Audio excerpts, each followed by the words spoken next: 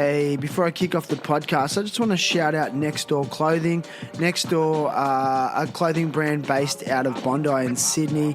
They're making really nice jeans and shirts and hats. So go and check out their full range at nextdoorsydney.com. They're also artists, so you can go and check out a range of art. They put on rad parties, and I love what they're doing. So nextdoorsydney.com for the full range. I'm having a good time. You are? Yeah. I can tell. We are rolling too.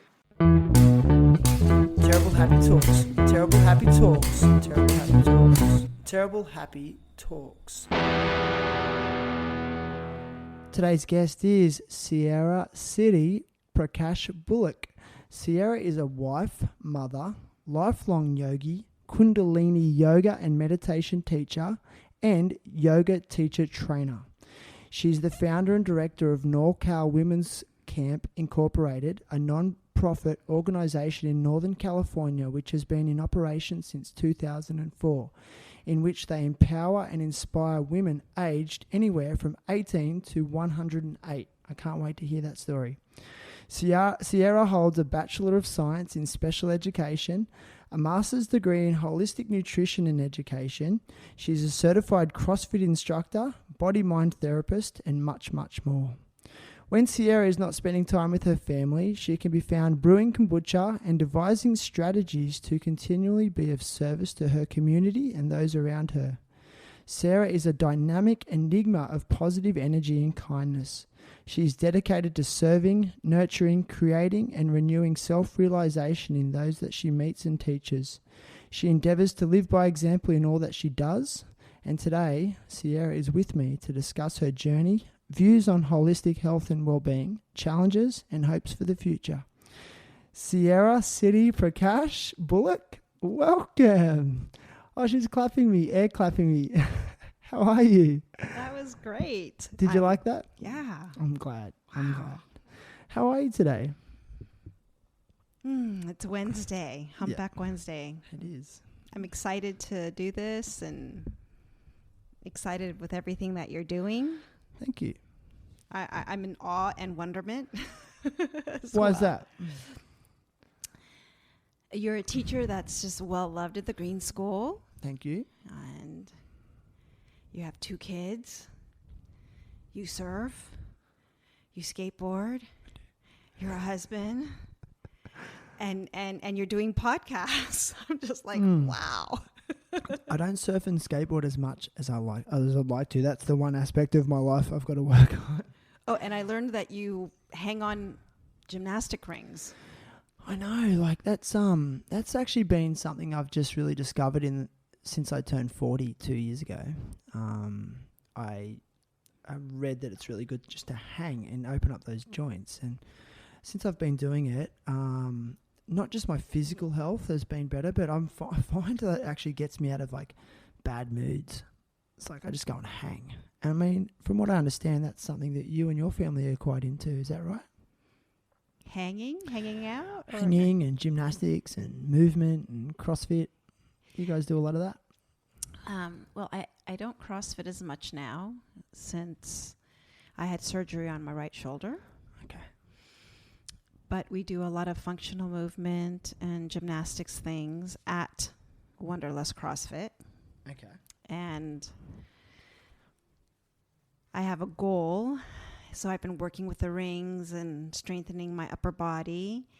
On my next birthday, I want to be able to pull myself up on the rings and hang upside down and do a skin the cat all on my own. Nice. Yeah. Just a good little personal goal. Yeah. So how'd you hurt your shoulder? Was that a training injury or? I think it was, well, initially I was learning how to kiteboard. We were living in Boracay Island, Philippines, and my husband was a avid kiteboarder. So I wanted to learn, and it was a really, really windy day, and he had advised for me not to go out, but you're going to be like, what does the husband know? I'm going to go anyway. Yeah. But it was gusty. And so it would gust up and then drop, gust up and dropped. And it had gust up and I was still very new with the kite and didn't handle the kite very well and got flung up, I don't know how many meters, and then didn't handle my kite. The wind died, and then I just went onto your shoulder. Onto my shoulder. And, the water's not that deep. So I was not going to tell him that my shoulder was sore. And I continued to keep it a secret until a few months later when we went back to the States, because we were spending half the time in the States and half the time in Boracay Island. And I'm trying to, be as normal as I can possibly be. And I went up on a handstand one day and collapsed out of it. And I just knew there was something wrong. Yeah. But in learning, and after the surgery and the surgeon going in there, he said that my labrum tear wasn't a recent, like there was part of it that was recent, but it was completely torn off. And he explained that the other part that was torn, it was like a tear that happened a long, long time ago. And, it was like a repetitive tear. And I remember, when I was 25, I started doing a lot of Ashtanga yoga. Mm-hmm. And my shoulders were always sore. And so I think maybe it started then. It's funny you should mention that about Ashtanga. Were you doing a lot of downward-facing dogs in that? A lot of downward-facing dog sequences? Yeah. The reason I asked, because I found when I was doing a lot of that in vinyasa, maybe I was doing it wrong, but I found doing the downward-facing dog, my shoulders started going. Yeah. Maybe I was doing too many. I don't know. I think it's like that downward-facing dog, chaturanga. Maybe, I'll take some responsibility. At 25, you're just kind of like going at it and not thinking about posture or longevity. And, it was back, it was a long time ago when yoga was just, it wasn't such a popular thing. So, it was just still really new, and I was living in Los Angeles. So I don't know how, I don't want to bash Ashtanga yogis, but... Is there animosity between the different forms of yoga, is there? No. No, there's not. I'm just joking. So how old were you when you started yoga? I was 25. Okay, and what drew you to it originally? I was living in Los Angeles, in the Santa Monica, Venice area, and it just kind of was, kind of started to be, the thing, I guess. It was 1990. Okay. So. And you were just curious, like you were drawn to the physical side of it or the spiritual side of it? I was drawn to the physical side of it. And I did Ashtanga yoga for about a year. And then whatever like new trend of yoga that was happening in Los Angeles at the time. And so back, at that time I was, I had already graduated from college, and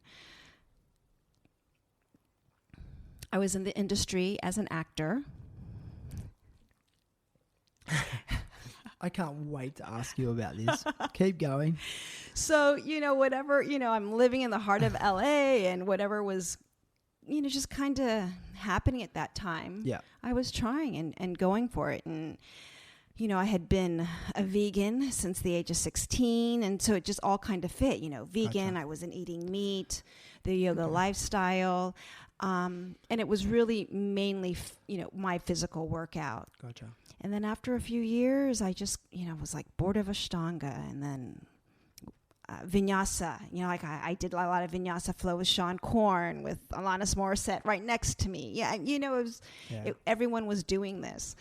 And then that kind of got a little boring. And then I tried Bikram, and I tried all the different yogas. Okay. And then stopped because it wasn't resonating. So I started running, and I found running to be really meditative. And then I tore my meniscus. I was running like 8 miles a day. Okay. So a good friend on my 30th birthday, so this is 5 years later, says, I'm going to bring you to this amazing yoga class. And I just thought, oh God, not another yoga class. Okay, what's the yoga class? This must be the next hip trendy thing. So I went to this Kundalini Yoga class, and was so blown away by it, I had to go back again. And I went back again and again. And I've just been doing that Kundalini Yoga every day since 1995 on my birthday. Okay. So what started as you thought it was a bit of a trend, but it made you feel good. And then you said you tried different forms of yoga. Like, were you searching for something? Were you searching for something that was maybe missing from your life, or was it just on the journey, exploring, seeing what feels good? You know, Shannon, at that time, I was unaware. You know, my life was great. I'm living in LA. I graduated. You know, I'm doing all this yoga. I'm in a mix of people that, you know, at that time I thought were amazing people. I'm doing theater. You know, I'm an actor. I'm hanging out with actors, and I didn't, had a great job. I didn't think anything was missing until I started doing Kundalini Yoga, and that's when I woke up, and that's when I realized I'm a fucking monster. Okay, right. No, I realized, like, wow, just everything came to the surface, and yeah, and I'm a completely different person from you that. started to. Would it be safe to say you just started to understand who you were as a person a little bit more deeply, and then that started to like bring some dark stuff to the surface? Well, I realized, the kind of life that I was living was just so on the surface and was so ego fulfilling and was so matching up to expectations of everyone else. Completely disconnected to me, my soul, my purpose. Who am I? Who am I living for? And so, like, that was the awakening. I had also learned, while I was in college, that I had a real father that I didn't know existed, and kind of like just shoved all that to the side. And so, started dealing with like, whoa, I had this man who was my birth father that I never knew about, that I learned about through a phone call. Stopped talking to my mom for a couple years because there was no transparency, there was no honesty about any of it, and then just started working through all of that, the abandonment issues, feeling myself. And this was information you sort of discovered in your later 20s. While I was in school. Yeah. In college, university. Mm-hmm. Wow. So you grew up in San Francisco in the 60s? Yeah. So, like, for me, I often, like, reflect or think about the 60s and 70s, and I just feel like I missed out on something. I don't know what it is. Like, it just seems like there was just no rules, and it was so fun, and everyone was just doing whatever they wanted. Like, what was growing up in San Francisco like? Like, for me as an Australian, it just sounds so cool. And I have a really deep passion for skateboarding, and growing up through the early 90s, all the top skateboarders were from San Francisco. They used to hang out at this place called the Embarcadero, or EMB. You might know the Embarcadero. Oh, yeah. The EMB, and it was like the place. Yeah. It was the global hub of this new movement of a style of skateboarding called street skating, which effectively established what we call street culture and fashion, and it had a huge influence on even the shoes we wear today, like the sneakers that we wear. They call them they're skate shoes, and it's all because of this culture that was really started around San Francisco and stuff, in my opinion, and LA. So, yeah, what was it like? Was it cool growing up in San Fran? It was I was born there and I grew up there, and that was the only place I ever. We didn't travel, so that's all I knew. And at that time, I didn't think it.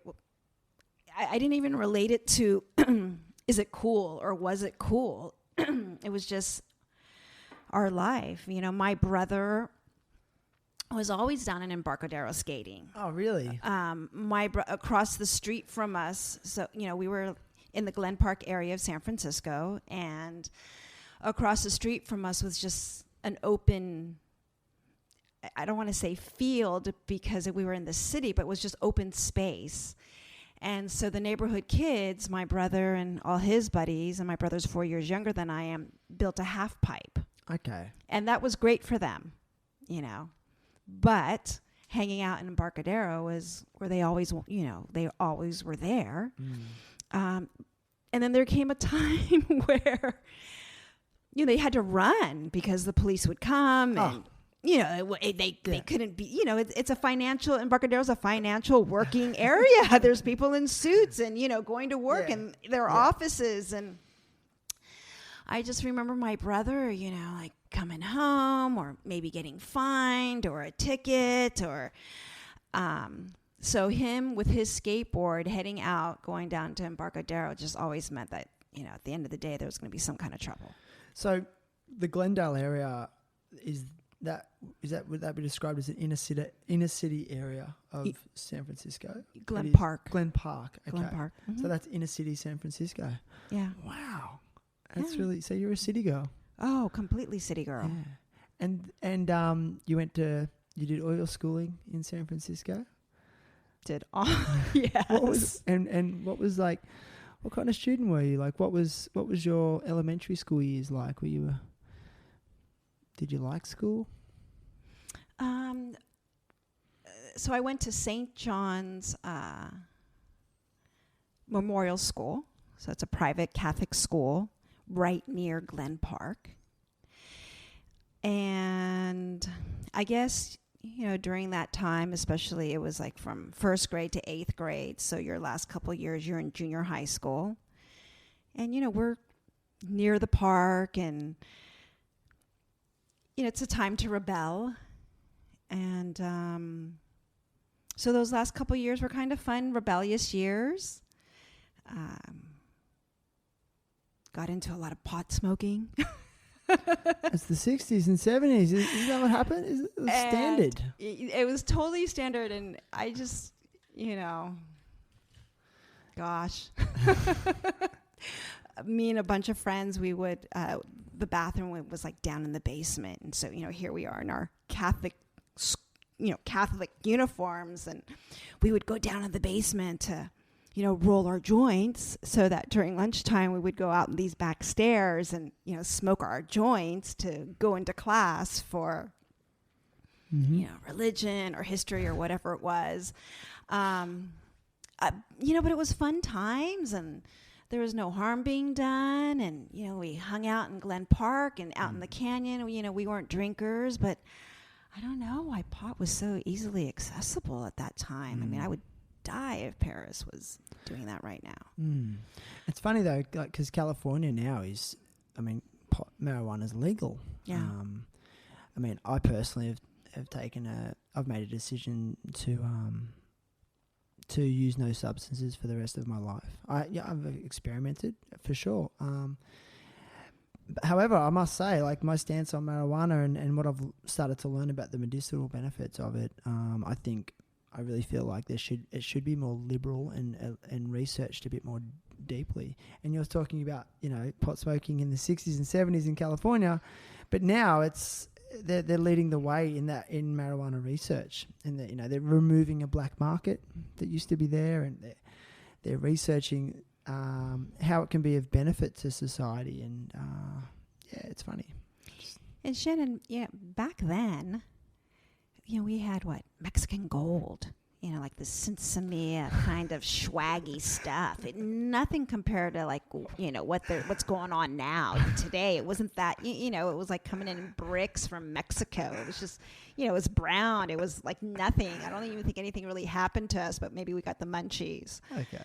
Yeah. And then I went to an all-girls high school, St. John Ursuline High School for Girls. And how did you like that? I loved it. Why? I liked going to an all-girls school. There was no competition. You know, we weren't concerned with how we looked or how we dressed. We all wore a uniform. We all looked the same. We were, you know, all together. It was a small school. I was a great student. I loved school. I believe it. Yeah. Yeah, even high school as well. Was high school a good time? Yeah. I mean, it was, you know. Was there any, like, in the Catholic system that you went to, was there any teachers that really resonated or stuck out for you that you can still remember to this day? My PE teacher. Are you serious? Yeah. Why? I've got to know. And to this day, I still keep in touch with her. Okay. Mm-hmm. Lucy Brugaletta. Well, what was it? Okay, if you're still in touch with her, like, why did you connect with her at a young age as a teenager? What did she have that attracted you to her? Well, I played on her I was on the volleyball team, and she just really sincerely, authentically cared about us. And you felt it. Oh yeah, she cared about us. She knew everything about us, and she just wanted all of us to be the best that we could be. She wanted to see us succeed. No matter what we did, it wasn't wrong. It wasn't bad. She didn't judge us. She was like our mom. Okay. Yeah. So, would you say she was very tolerant as well? No. She wasn't tolerant. Oh no. She was intolerant. No, she wasn't tolerant. I mean, like she tolerated your immaturity and she was kind, or was she strict as well? Well, if we were messing around, she called you out. She called us out. She wanted us to be the best. And so if we were doing something that wasn't going to serve us to be the best, she'd call us out. Okay. Oh, yeah. Did you respect her for that? Oh, yeah. Yeah. I mean, to this day, I still keep in touch with her. That's so cool. And to this day, she cares about us. She calls us all by our nicknames. We all see each other on Facebook. Yeah. I love her. Facebook's so good for that. I mean, it's the one thing it is good for, if it's used in the right way, I guess. Yeah, like, I love to hear that as a teacher. Like, it gives me, because sometimes it can be like a really thankless job. And now that I've sort of been in the game for a while, it's actually, I'm finding the profession more and more satisfying, because I'm around long enough to watch students go through school and then graduate and then go out into the real world. And what I'm finding is that I'm getting them to coming back and contacting me and saying, listen, thank you. I didn't say thank you. And I've even had a few conversations where there was students where I was like, that kid absolutely hates me. They're going to hate me for the rest of their life, because I just had nothing but conflict with them, because, I was challenging their behavior and it was exhausting, and I was questioning how I was approaching them and whatnot. And then they come back years later after they've graduated and just like, thank you for challenging me. And it's like, okay, that's why we do the job, But it does take a lot out of you if you let it, I've noticed. I think PE teachers have a special...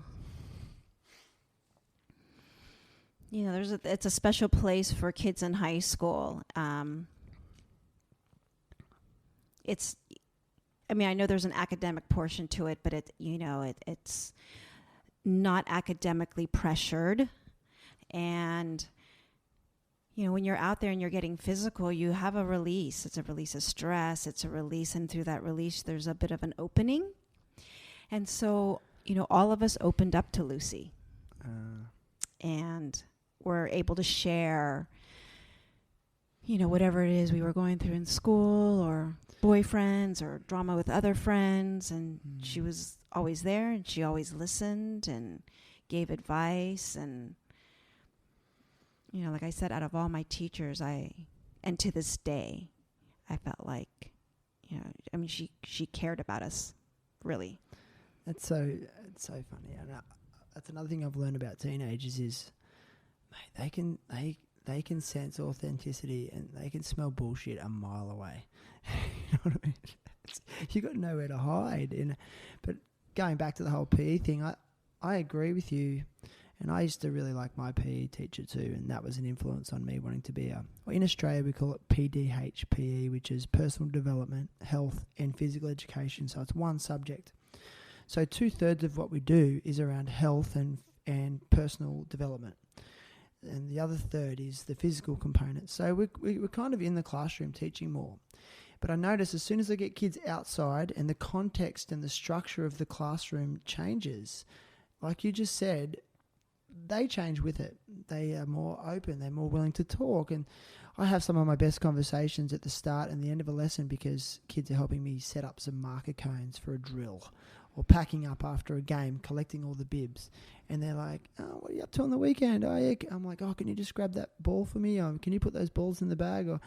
And then, oh, yeah, I'm good. I'm going to go for a surf or whatever. Yeah, what are you up to? Yeah, good. And then it turns into, oh, I'm having a tough time at home. I think you hit the nail on the head in terms of PE teachers do have a bit of a special place in the school. Yeah, maths teachers and literacy teachers often don't even think we're real teachers, but I'll show them. I'll show those nerds. I'm just kidding. But anyway, so yeah, and then you transition straight from high school to university.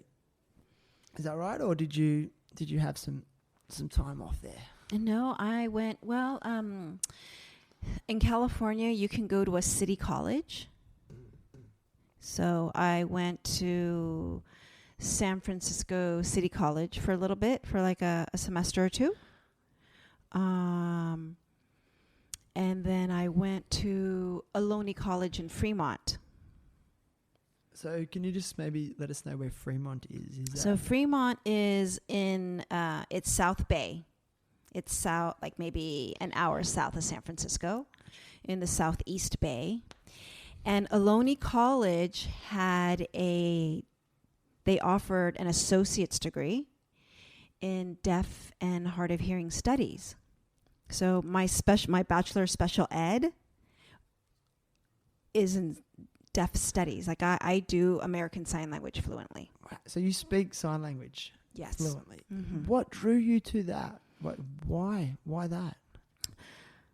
So growing up in San Francisco, in the concrete jungle, yeah, I would go out to nature with my family during summer, and our summer vacations consisted of going to, camping. We didn't have a lot of financial resources, so we didn't fly anywhere. We didn't stay in hotels, but we had a car and we got camping gear and we'd go camping. And California has amazing, beautiful state parks. And that was the only time I would be like out in the trees. And my mom wanted us to be well-rounded. So the Sierra Club had this program called Inner City Outings, where they had this funding and they would take inner city kids and they would take them out on, nature outings. And one of these nature outings that I really loved was whitewater river rafting. Loved it. I swam on the swim team for many, many years, and, water was my thing. And my inner city group went with a group that didn't speak and couldn't hear.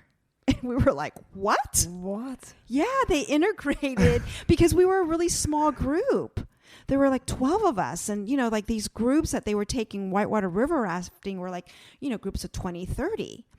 And so here we are, these, inner city San Francisco kids with this, deaf group from a school in Fremont. And we were just kind of like, oh my God, what is going on here? But it changed my life. So we were in the boats, and they would have some hearing kids and some deaf kids. And in the front of the boat would be this interpreter. And I was like, I was fascinated. I was fascinated by the way they communicated and the way they signed and the whole thing. And after that, I said, one day I want to do that. But what it really gave me, Shannon, was like this inspiration to be able to express myself. I had grown up being told children are to be seen and not heard. Maybe that was the culture in the 60s and 70s and 80s. I don't know. That's the culture in Australia. It was. Children are to be seen and not heard. Yeah. So I never expressed myself. I never, would say how I feel. Maybe that was part of the disconnect. And when I saw this sign language and these people signing with each other and this interpreter, it was almost like I left my little group for the weekend and just wanted to hang out with these people that were so expressive and laughing and, you know, all this communication. So after I think a semester or two at San Francisco City College trying to figure out what it is I want to do before I go on to university, I said, hey, you know, I want to go to Ohlone College and try this sign language deaf thing. I also continued with this inner city outings, Whitewater River situation. At that time, they were doing recruiting to train inner city kids. And if you were a female and you're a minority, you had preference. So simultaneously, through my last couple of years at high school, I was selected to train as a Whitewater River guide, volunteered for all the deaf trips so that I could be around these deaf people and all this sign language. And then when I figured out, maybe this is what I want to do, I went and did a whole year of like learning sign language, and I went to go live with a deaf person, and I even dated a deaf guy. Really? Yeah, I just wanted to immerse myself. And wow, like I've got two questions, but just going on that one, like dating a deaf guy, I mean, were you able to express yourself as adequately as you would have been able to verbally? I expressed myself so much maybe better, more clear and for real and better, and it was a comfortable language for me. And did it strip away a lot of like just stuff that didn't need to be said? If that makes any sense, like you got more to the point, because I mean, does sign language allow for? I mean, do you think sign language actually reduces detail a little bit in terms of what you're trying to say, or is it more concise? Well, you see it. So I can say you're beautiful, or I can say you're. And that's it. Yeah. All right. For those of you that can't see what she did sign language for you're beautiful, and I didn't even know that was it. But now you've done that. I've actually seen that before. Yeah. I've seen that sign before and not realised. Like dreaming or... Yeah, straight away I knew what that meant. Yeah. So Sierra just raised her hands above her head and did like spirit fingers. I do it all the time. I'm like when I'm in a nightclub dancing. Wow. Yeah. But I've got a little curious question. You said when you got that job with the rafting company that you got priority if you were female and a minority. Are you saying why were you considered a minority? Like, is it because you were female? Or no. Are you actually part of a minority group? Because at that time I was Oriental, but I'm Asian, but I'm a Filipino American. And you were still identified as a minority group. Oh yeah, like that was. Excuse my ignorance. Because I didn't even register for me. So I graduated high school in 1983, right? So I'm 18. Yep. So at 16, 17, that's what, 81? I can't believe you said 1983, but yep, keep going. Yeah, minority. We were a minority. Wow. Okay. Mm-hmm. How interesting. I mean, when I started acting in LA, there were very few Asians. Yeah, minority. What? That's so interesting. I can't believe you said 1983 because 1983 is a really significant time in my life. I was born in 1977, but I think I was a slow learner. And in 1983, I grasped the concept of time. I know this sounds really weird. I can't believe I'm telling you this story, right? I was in the playground at my elementary school. We call it primary school in Australia.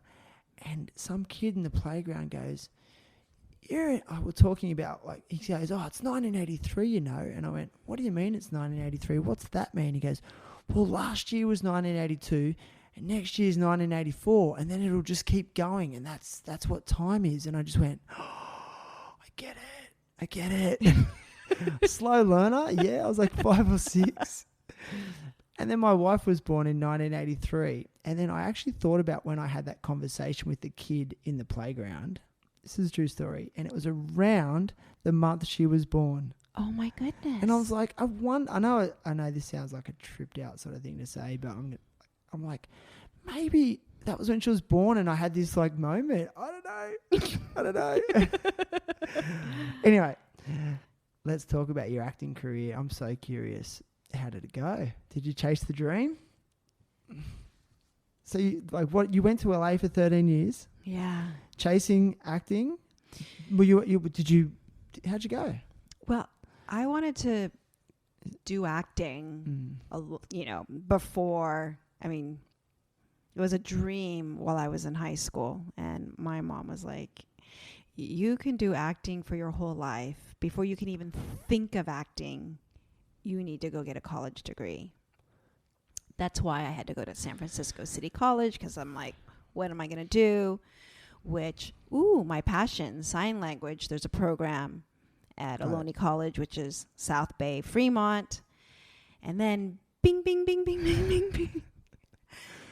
Cal State University Northridge offered a bachelor's degree in deaf studies, special education deaf studies.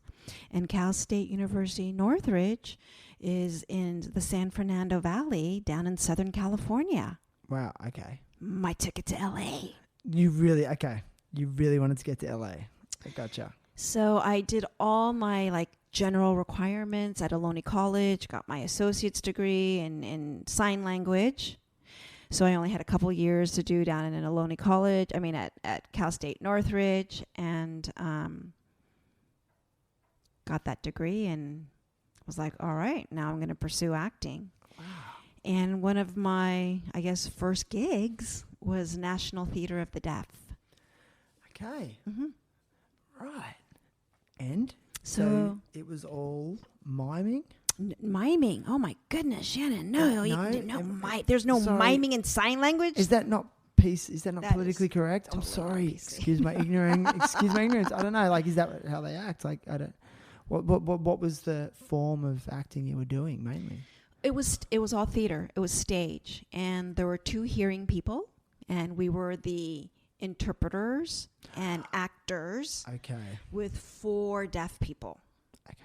And it was an amazing experience. They, had us all together in Connecticut for a whole summer as we put together our production and rehearsed for our production. And then we toured throughout the United States and different venues, a few deaf colleges or hard of hearing colleges, mainly hearing universities, and did our performance. And around that time was the American Disabilities Act. So ADA and all access for people with disabilities was a very, I guess, politically trendy thing at the time. So our company, National Theater of Deaf, was very welcomed. And, Marley Matlin, the deaf actress, she kind of...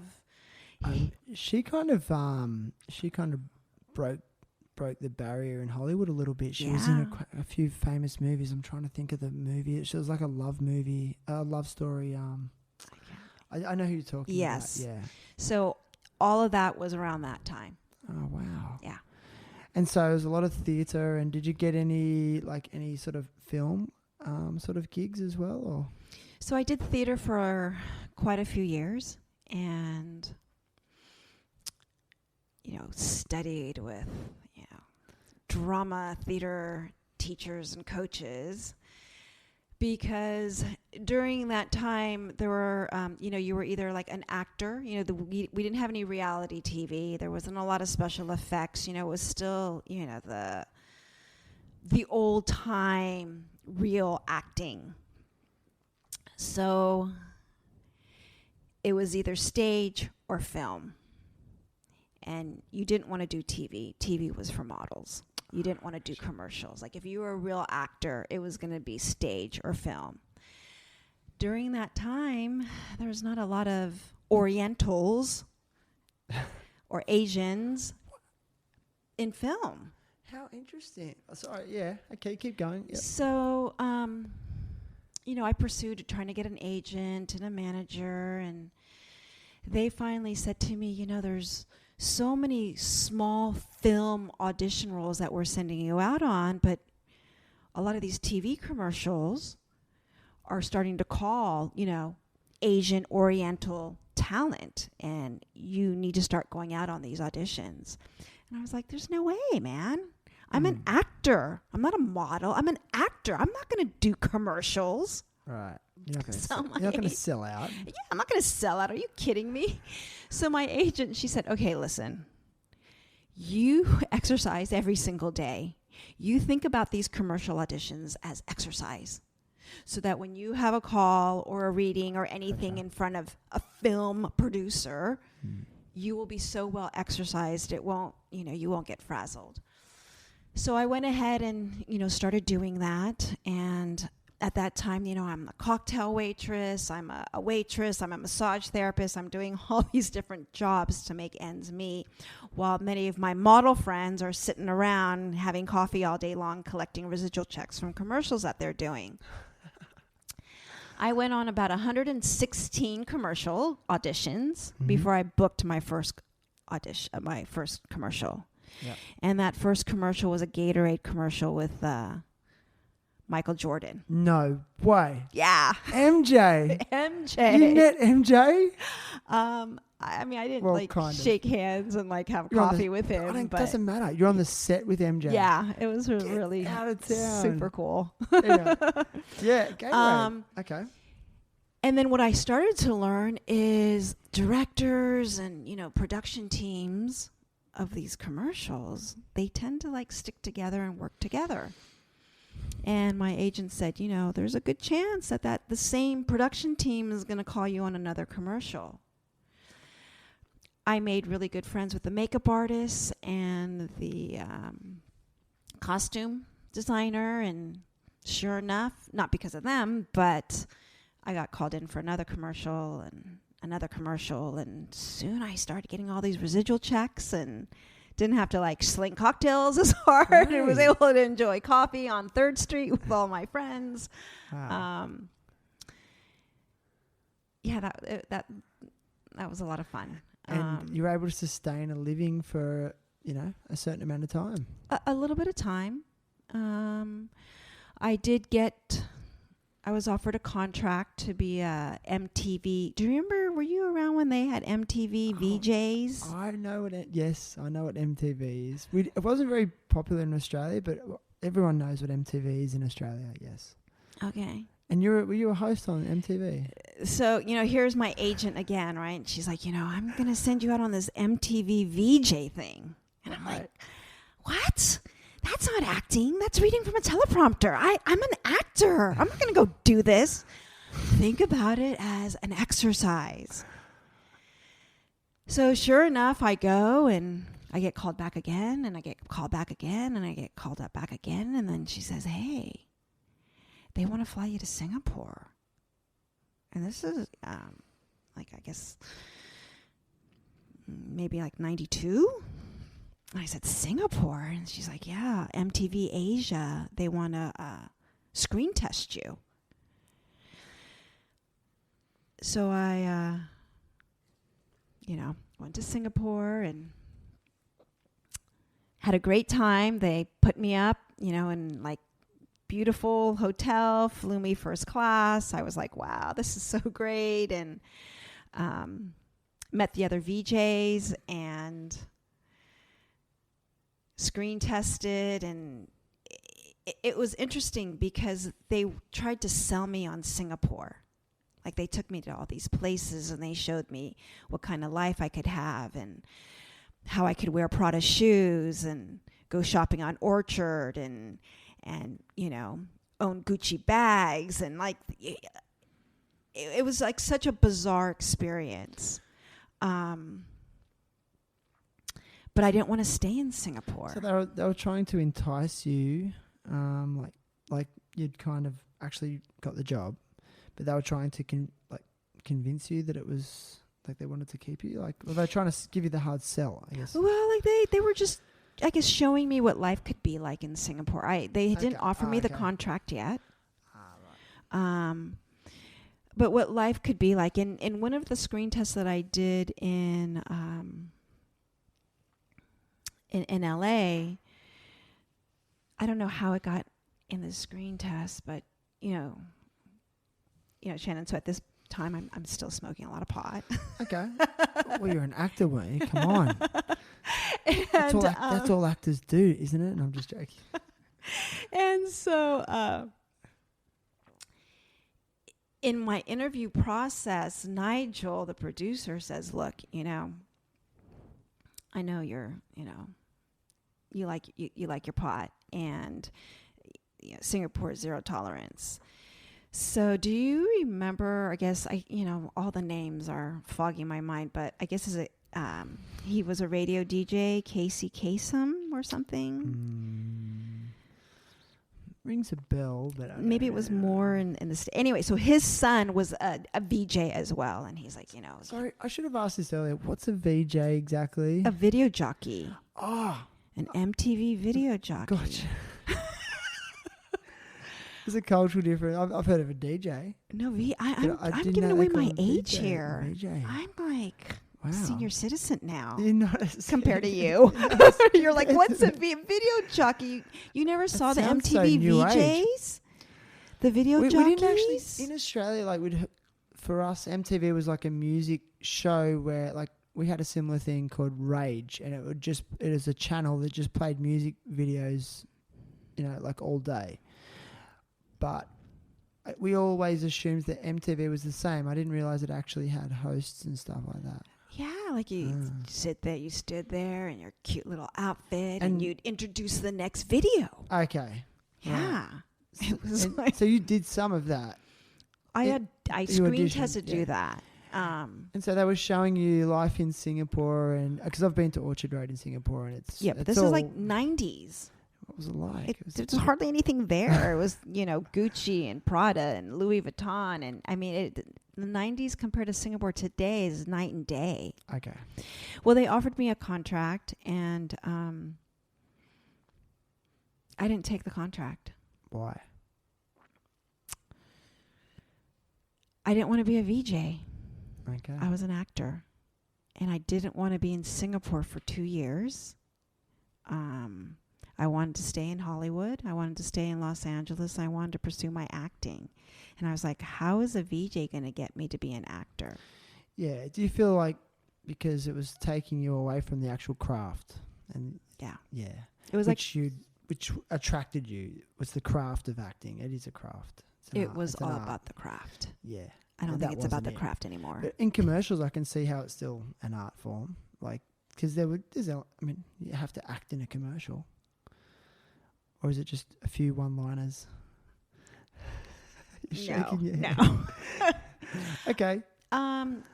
Doing commercials was money. It created a lifestyle. But how did you feel though when you were collecting those checks? Like, good lifestyle, but did you feel like a sellout? No, Well, you're okay with it once the checks started pouring in. So, my agent sent me out on a McDonald's commercial. Oh, Sierra. I know, right? Sellout. And I said to her, well, yeah, it was exercise. Gotcha. But I booked it. And I said to her, I can't do this. I just can't do it. She's like, what do you mean you can't do it? She says, look, your vegan lifestyle, your activist lifestyle, this is going to pay you to continue that lifestyle. Otherwise, you can throw your vegan organic diet out the door. So do the damn commercial is what she told me to do. So I asked her, I said, can we make sure that, I'm not eating any kind of meat? I'm not going to eat a hamburger. And do you remember when they had the mixed salads? I do. It was the mixed salad. I was the mixed salad person. And she says, all you have to do is stand there in your architect office in your architect clothing, looking at architectural plans, shaking a mixed salad. And that's all you have to do. You don't have to eat any hamburgers, no chicken McNuggets, because I was a vegan at that time. So yeah, I did McDonald's and got paid really well. Mm-hmm. Didn't say anything. Okay. I was just dressed in a really cute Prada gray suit, shaking my mixed salad, pointing at architectural designs while I was being filmed. And yeah. Good story.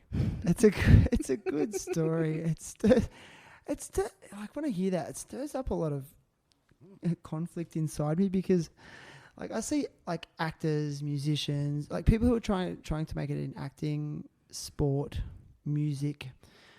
I'm always going to say skateboarding, because I feel like that's an art. It is an art form, and surfers.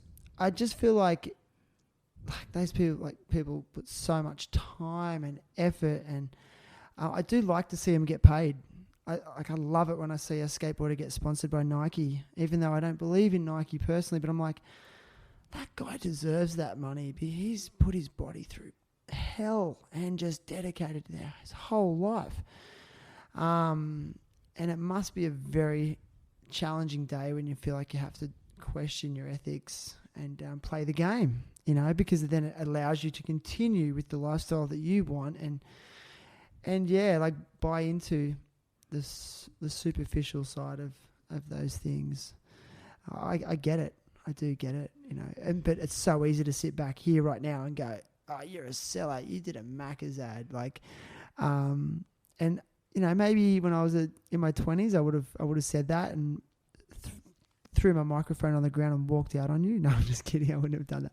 But you know what I mean? Like I do think that sometimes we get these choices and opportunities, and I've heard a lot of people say similar things who have actually had those opportunities. But going back to your veganism through the 90s, I mean, being a vegan wasn't quite as, I guess, it's so popular now. And in fact, I've heard now it's evolved into you're either vegan or plant-based. Are you on a plant-based diet or a vegan diet? Because vegans epitomize so much more than just the eating side of it. It's a lifestyle. It's the choices you make. It's the things you wear. Do you think you were adhering to what would be considered a strict vegan lifestyle, or were you was it more of a plant-based diet you were sort of eating? I didn't give up my Birkenstocks. Oh no, that's the second time I've bumped into the microphone. It's going to sound really bad. Okay. You didn't give up. Yep, you and my wife would get along really well. And I continued to wear my peacock earrings. Okay. Gotcha. So, back then there wasn't plant-based diet. If you didn't eat any animal products, you were a vegan.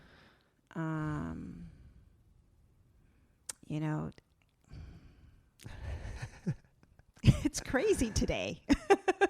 I mean, especially where we live in the hipster capital of the world, Canggu. I mean, like there's just vegan cafes and restaurants everywhere. I mean, it's so much different to back home in Australia. But here it's like, yeah, there's a lot of people claiming to be a vegan as they hop on their scooter, petrol-powered scooter, and put their leather shoes on, and it's very easy to judge. But I do admire there's a level of conscious thinking happening, and that's not a bad thing in my opinion, because I think so many people are making unconscious decisions. But if someone's saying they're vegan and still wearing some Birkenstocks, well, they're still being conscious to an extent. What do you think?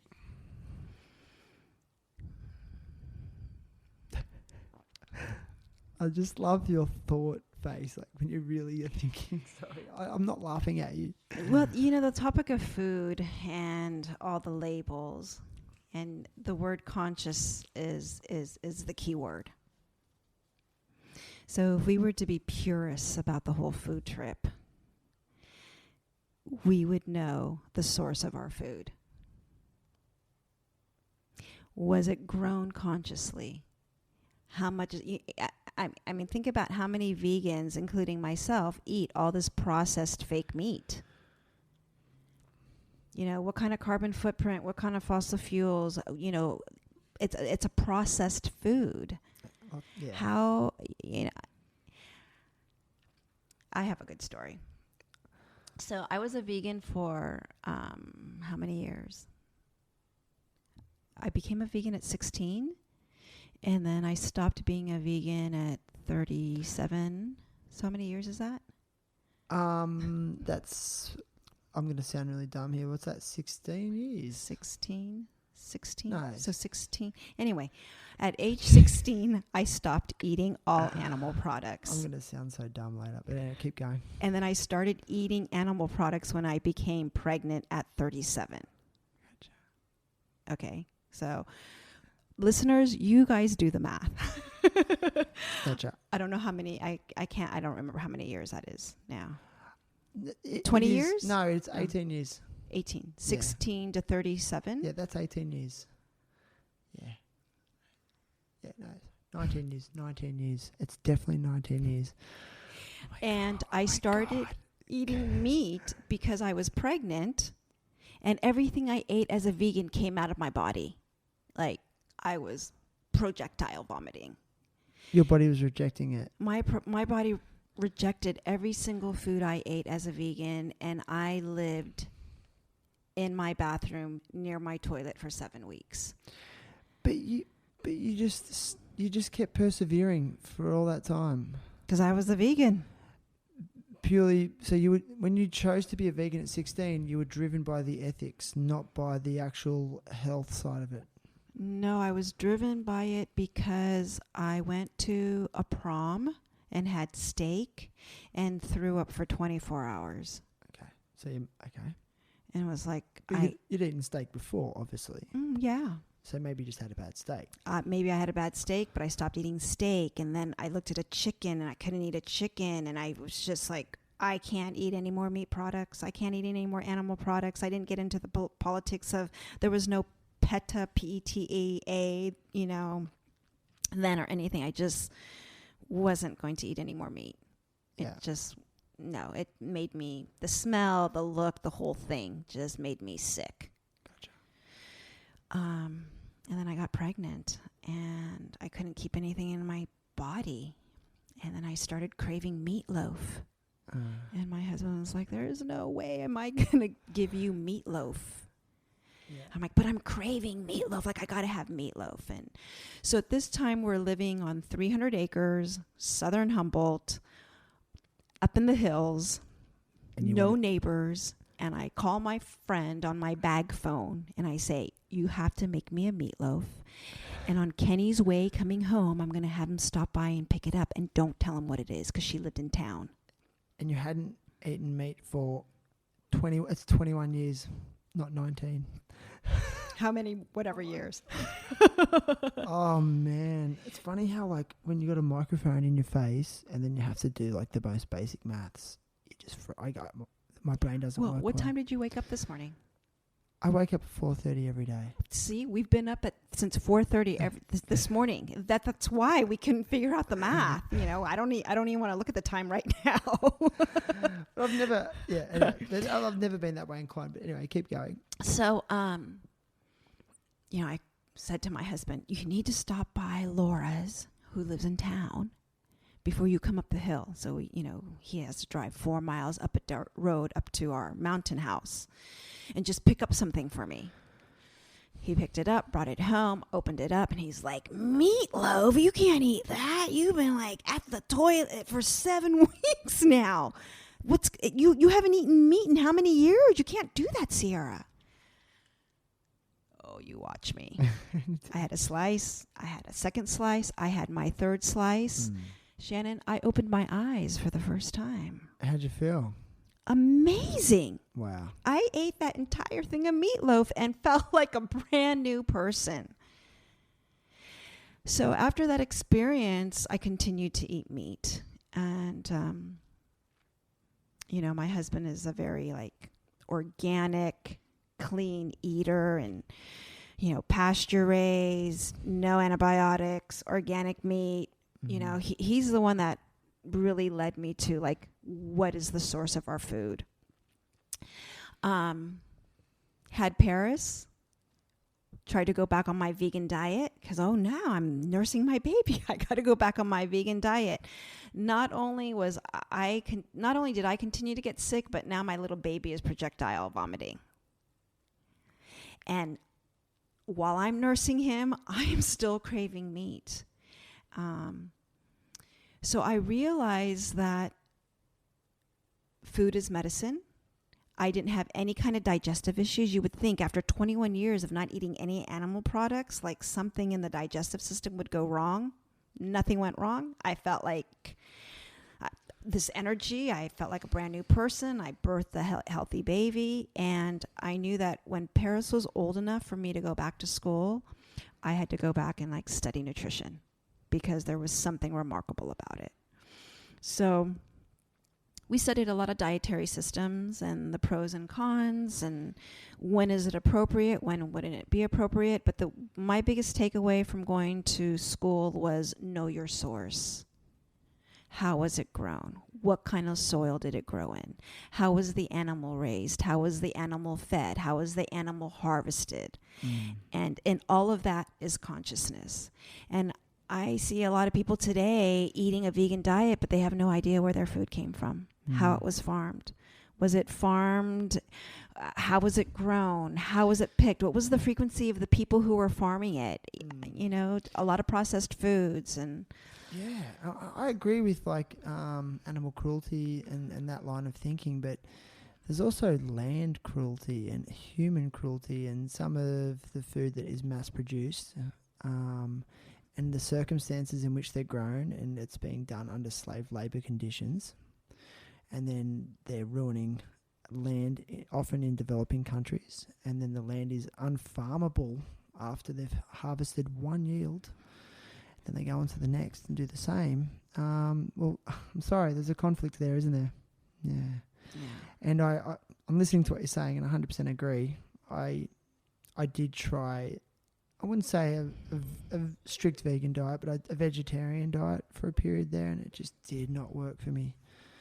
I was just really craving the protein and amino acids and meat. I was just constantly tired. And like you, like I've got kind of olive skin because my father's Maltese, so Mediterranean. And for the first time in my life, I was getting a skin like this really weird, dry, like almost like psoriasis. Yeah, like this powdery white stuff on my elbow. I'm like, I've never had that before.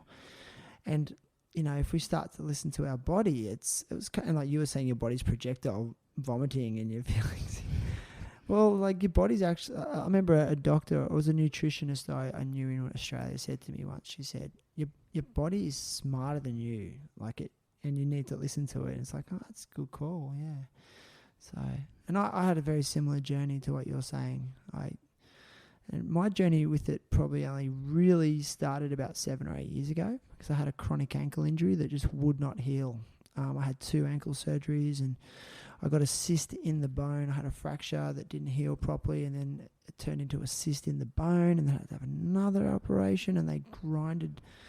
They do a thing where they bleed the bone, they scrape it all out, and then they drill holes in it and they bleed it so it encourages more bone growth, and then I lost all the cartilage in it, and I still have problems with it to this day. But it caused me so much anguish for so long and a lot of money, and I just got to the point where I was just completely desperate. And I actually believe it was the gift of desperation. I love that call. I got to the point, because if it didn't happen, I would have kept leading a lifestyle that was reckless physically in the way I was eating and the way I was living. So I was playing, like I was surfing and skateboarding recklessly. Like I just didn't care if I hurt myself. I wasn't thinking that I could hurt myself. So doing those things unconsciously, I was playing soccer or football and just recklessly, not taking any care of how I was using my body. So unconscious, you know. So I'm lucky that all I had was a bad ankle injury and nothing more, you know. And so yeah, again, I went to a doctor one day and I said, I'm just in constant pain. And he had a look and he's like, oh, do you drink much alcohol? And do you eat a lot of sugar? And I was like, yeah. And he was the first doctor to say that to me. And I went, yeah. He goes, well, the sugar and the alcohol are probably causing inflammation in your joint. You might have early stages of gout. He's the first one to say, like, and like this is a tradition. You know, a modern medicine doctor, not an alternative doctor, because I've never heard a modern doctor say that. Like, oh, maybe you've got inflammation from eating sugar. Like, none of them say that. Usually they just go, oh, you've got joint pain. take some ibuprofen. Here's a prescription for some painkillers.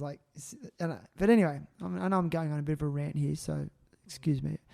And and that was that one moment, that's when it started. So I got home, I started researching refined sugar, alcohol consumption.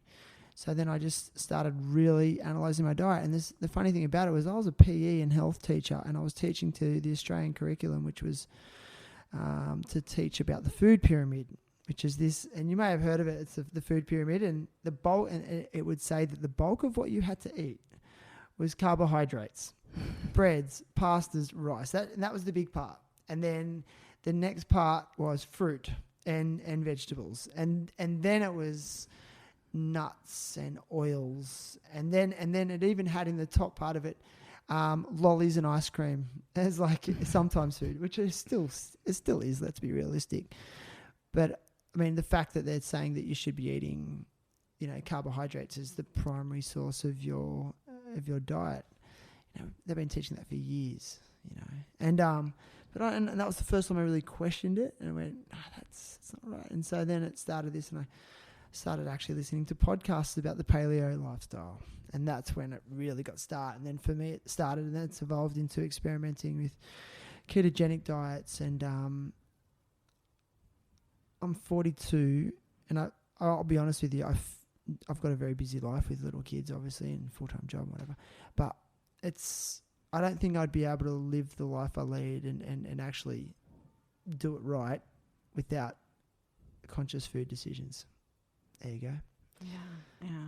It's so powerful. And you said it so beautifully before when you said food is medicine. It really is. And then what do you know? Once I took the refined sugar out of my diet as a start, I also cut dairy out. My ankle, it started working again. The pain started going away. The inflammation, it was constantly swollen every time I did anything active. And it was born from this fear of I'm not going to be able to do the things I love anymore. I'm like, I'm too young. I'm not going to be able to surf. I'm not going to be able to skate. Oh my God, those things could legitimately be taken away from me. Yeah. So and again, it was the gift of desperation. And I think people will hit these rock bottoms with could be their weight or their illness. And I'm sorry, I think they're opportunities for growth. Yeah. There you go. Yeah. And food as our medicine will change in different phases of our life. Do you think? In what way? Are you finding as you get older your dietary needs have changed personally? Uh-huh. Okay. Mm-hmm. Can you give us an example? So during my pregnancy and when I was nursing Paris and maybe his first 4 or 5 years, I ate a lot of animal protein. Granted, in California, we have really good animal protein, clean.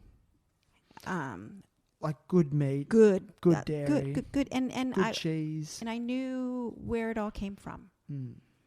I knew where.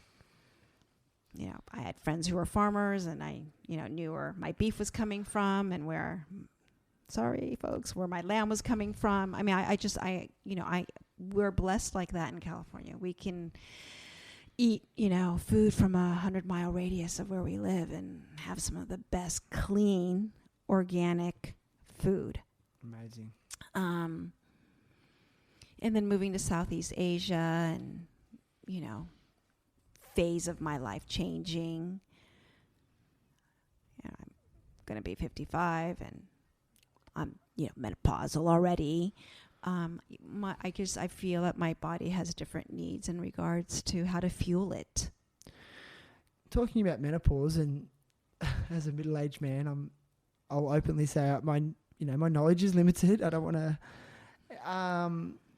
Do you feel that you can manage the hormonal challenges that may occur from menopause through your diet?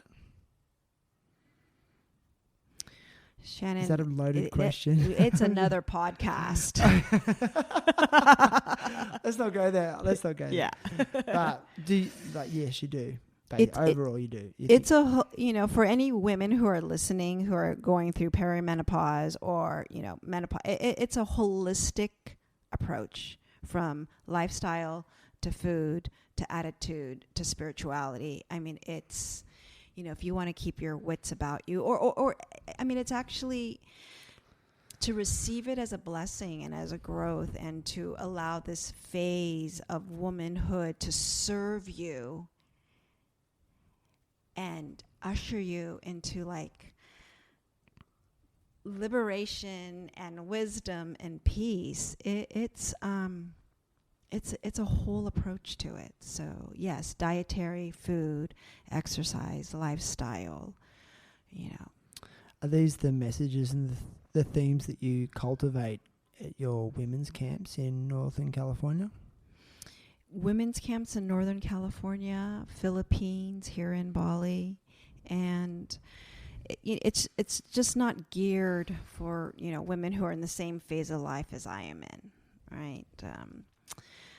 The chunk or the foundation of these women's camps are based in yogic teachings, and we use Kundalini Yoga and meditation as one of the tools or the modalities to help young girls. So we do a summer camp in California where we have girls that are 8 years old, some of them are 4, begin to cultivate, a sense of them. 4-year-olds and 8-year-olds and teenager girls are going through different challenges.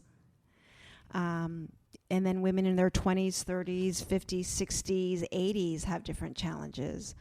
But using these yogic teachings and using this practice or teaching this practice, these formulas, allows them to navigate and manage these challenges, allows them to cultivate tools where they can continue a practice of self-love, not be controlled by their ego like I was when I did McDonald's, right? Like, all of that and that part of my life was, my ego, me serving my ego.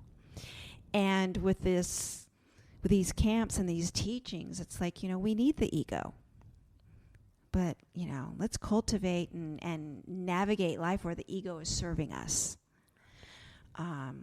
And so that's what the bulk of, or the heart, I guess, of these women's camps are about, really. Cultivating power and strength and grace, grit and grace.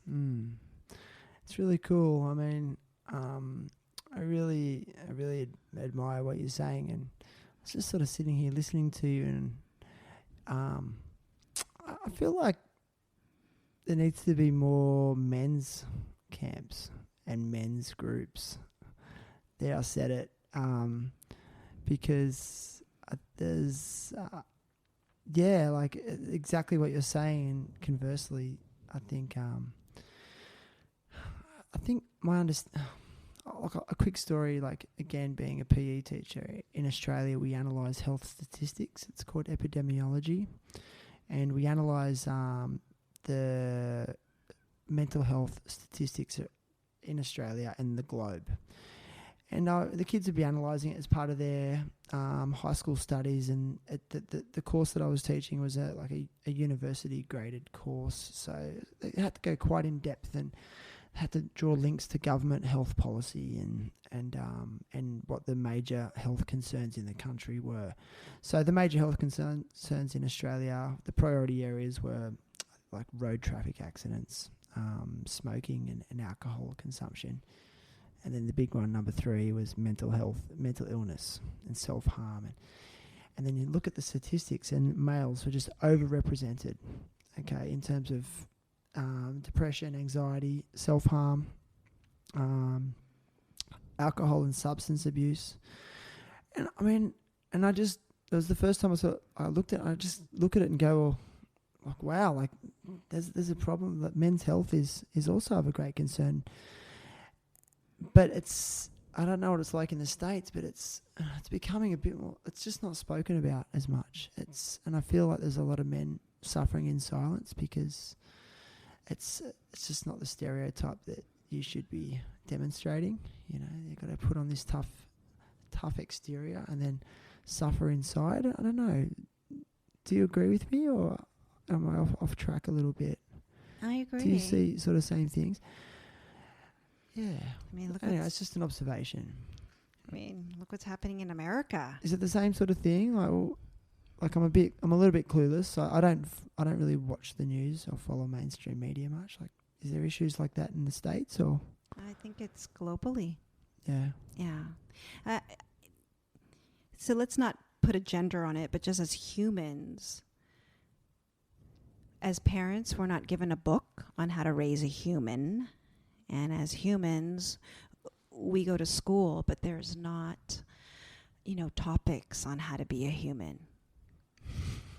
Right. There's not topics on how to have an authentic relationship with your own self. So, what is having an authentic relationship with your own self, let alone having authentic relationships with other people? What is an authentic relationship? I don't see that subject being offered in school.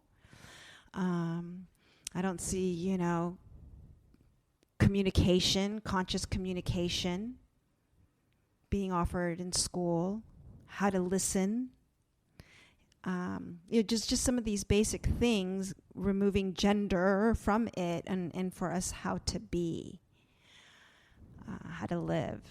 It's, we call it humanology. Yeah. It's true. I mean, I'm at the other end of the scale. Like, I've got young children, and you're sort of much more progressed in that area as a parent than me. And yeah, I mean, I have these moments of, I look at my children and I do have moments of sheer terror going, I really don't know what I'm doing. But I thought I would, because I'm like, well, I'm a teacher and I'm an adult, and I've seen little kids before. I've played with I know what little kids are like. Yeah, I'll be right. But even even today, my daughter was throwing a tantrum because she didn't want to leave school, which is a good problem. And I could not rationalize with her, and I literally didn't know. And unfortunately, the only way I could get her attention was to change the tone of my voice. And it gets negative, or even raise it slightly, because it was the only thing that was going to get her to pay attention to me, because I had to, get her in the car and get home and do and and then that's followed by these feelings of guilt and shame, and like you're doing a bad job, and like it's just it's so complex, and we aren't really taught. And I guess as an adult, I'm kind of looking to my mother more than I ever have. When you just think you don't need your mum, here I am, a 40-year-old plus man. I'm like, I need my mum more than ever, because that's what you really like. I really need the advice on the big things, it's really interesting. So, why didn't she want to leave school? Because she was having fun. Right. And we were on a schedule, and we had things to do this afternoon, and school was finished and other people were leaving, but no, she just wanted to stay, and there's a couple of other friends hanging around, and it's time to go. It's time to go. No, I don't want to go. So, yeah. And then you try to force them to fit with your agenda. It's a constant battle, isn't it? So, I don't know. So, yeah. Did she have a warning that you were going to be leaving soon? Oh, yeah. We say, we give her the 5-minute countdown, and you do all that, and so she had time to prepare. Yeah. And the funny thing about it is she's so stubborn, and so I guess is the word headstrong. Like, I respect her for it as well. I'm so proud of her that she's standing up for what she believes in. And it's like, I don't want to squash that either by trying to, I guess, assert authority over her.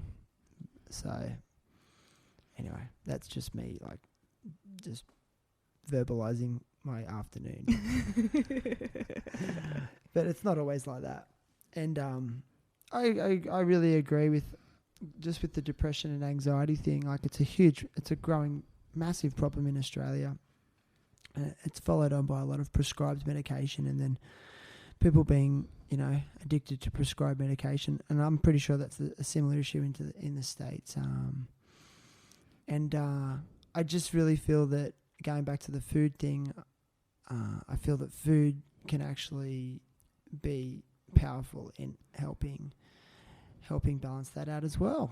And Yeah. I actually feel that it's very linked to sugar and insulin spikes. And I feel like if you can, from a purely physiological perspective, and not so much spiritual or emotional, but if you can start to even out the sugar and insulin spikes that we have in a day, I feel like it's really closely linked to moods. And I see it as a teacher. And if I see a kid walking into school drinking a soft drink or a soda, I see it in class. Like, for the first half an hour, they're just like, and then they have the crash, and then they get moody, and so. Yeah. It's one of the things with Paris. A continuous reminder and reflection on how are you fueling yourself today. Do you say that to him? Oh yeah. It's like, how are you fueling yourself today? How did you, what did you have to fuel yourself? Are you a Ferrari and you want premium fuel, or, you're just kind of like cranking along and you're just giving yourself like crappy fuel? Yeah. Because crappy fuel is going to make you run and operate and feel like crap. Yeah. But premium fuel, you're going to run, you're going to operate, you're going to feel like a premium person. Yeah, that's awesome. Yeah. And it lasts longer. Yeah, it lasts longer. It's, so but Paris is lucky because he grew up with me being in nutrition school, and, learning these things and being able to, at a really, young age, at 3-4 years old, we're reading labels. Amazing. Giving him healthy food choices. Do you want an apple? Do you want an orange? You choose. But, these are your choices. And it's been it's been a continuous, how do we fuel? How do we fuel? I have this great, I did a lot of things for teens and nutrition. And I have there's this one clip that I use where it's in a science class, and they're taking a walnut and they're taking like a Funyun, and they're measuring how quickly it burns. And they're like, wow, that Funyun is just like, boom, gone. Where this walnut is burning forever. Yeah. So I use the analogy when I teach about nutrition of, like, you've got a campfire, and, like, I actually say, like, the kindling that you get the fire started with is like your carbohydrates, and they burn quick, and you don't need a lot of it. You just got to get the main stuff started, which is the hardwood. You put the hardwood in the middle, and it burns really slowly, but it burns really hot and long, and that's the real foundation of the fire. It keeps it going. So it's a good one. yeah. Okay, I've got a quick question. And how are you feeling? Are you feeling you got some more time to talk, or you? Yeah, I'm actually feeling more awake. Hey. After the calculation math thing, I'm like, oh. I know. It gave me my second wind. Oh man, I can already hear the messages I'll get from my friends on that. Yeah. How embarrassing. No, it's not embarrassing. Whatever. No. Who cares? We're human. Who cares? Yeah. So can you describe to me the difference? Like, for those that don't know, like, how would you define Kundalini Yoga? Okay. I'm going to give a technical definition, and then what Kundalini Yoga is to me. Is that okay? Please. So Kundalini Yoga and meditation is a yoga and meditation practice, and it's a practice that incorporates kriyas. And in these kriyas, I like to explain them as recipes or formulas. And these kriyas can incorporate a series of movements, breathing techniques, mantras, hand mudras, hand positions, eye focuses in a specific order for a specific amount of time to allow the practitioner to have an experience. And that experience can be an experience of aligning your chakras. It could be an experience of stimulating your immune system, toning up or tuning up your digestive system, helping your healthy bowel movements, nervous system, letting anger go, letting stress go, releasing fear, all these experiences. There's thousands and thousands of different kriyas.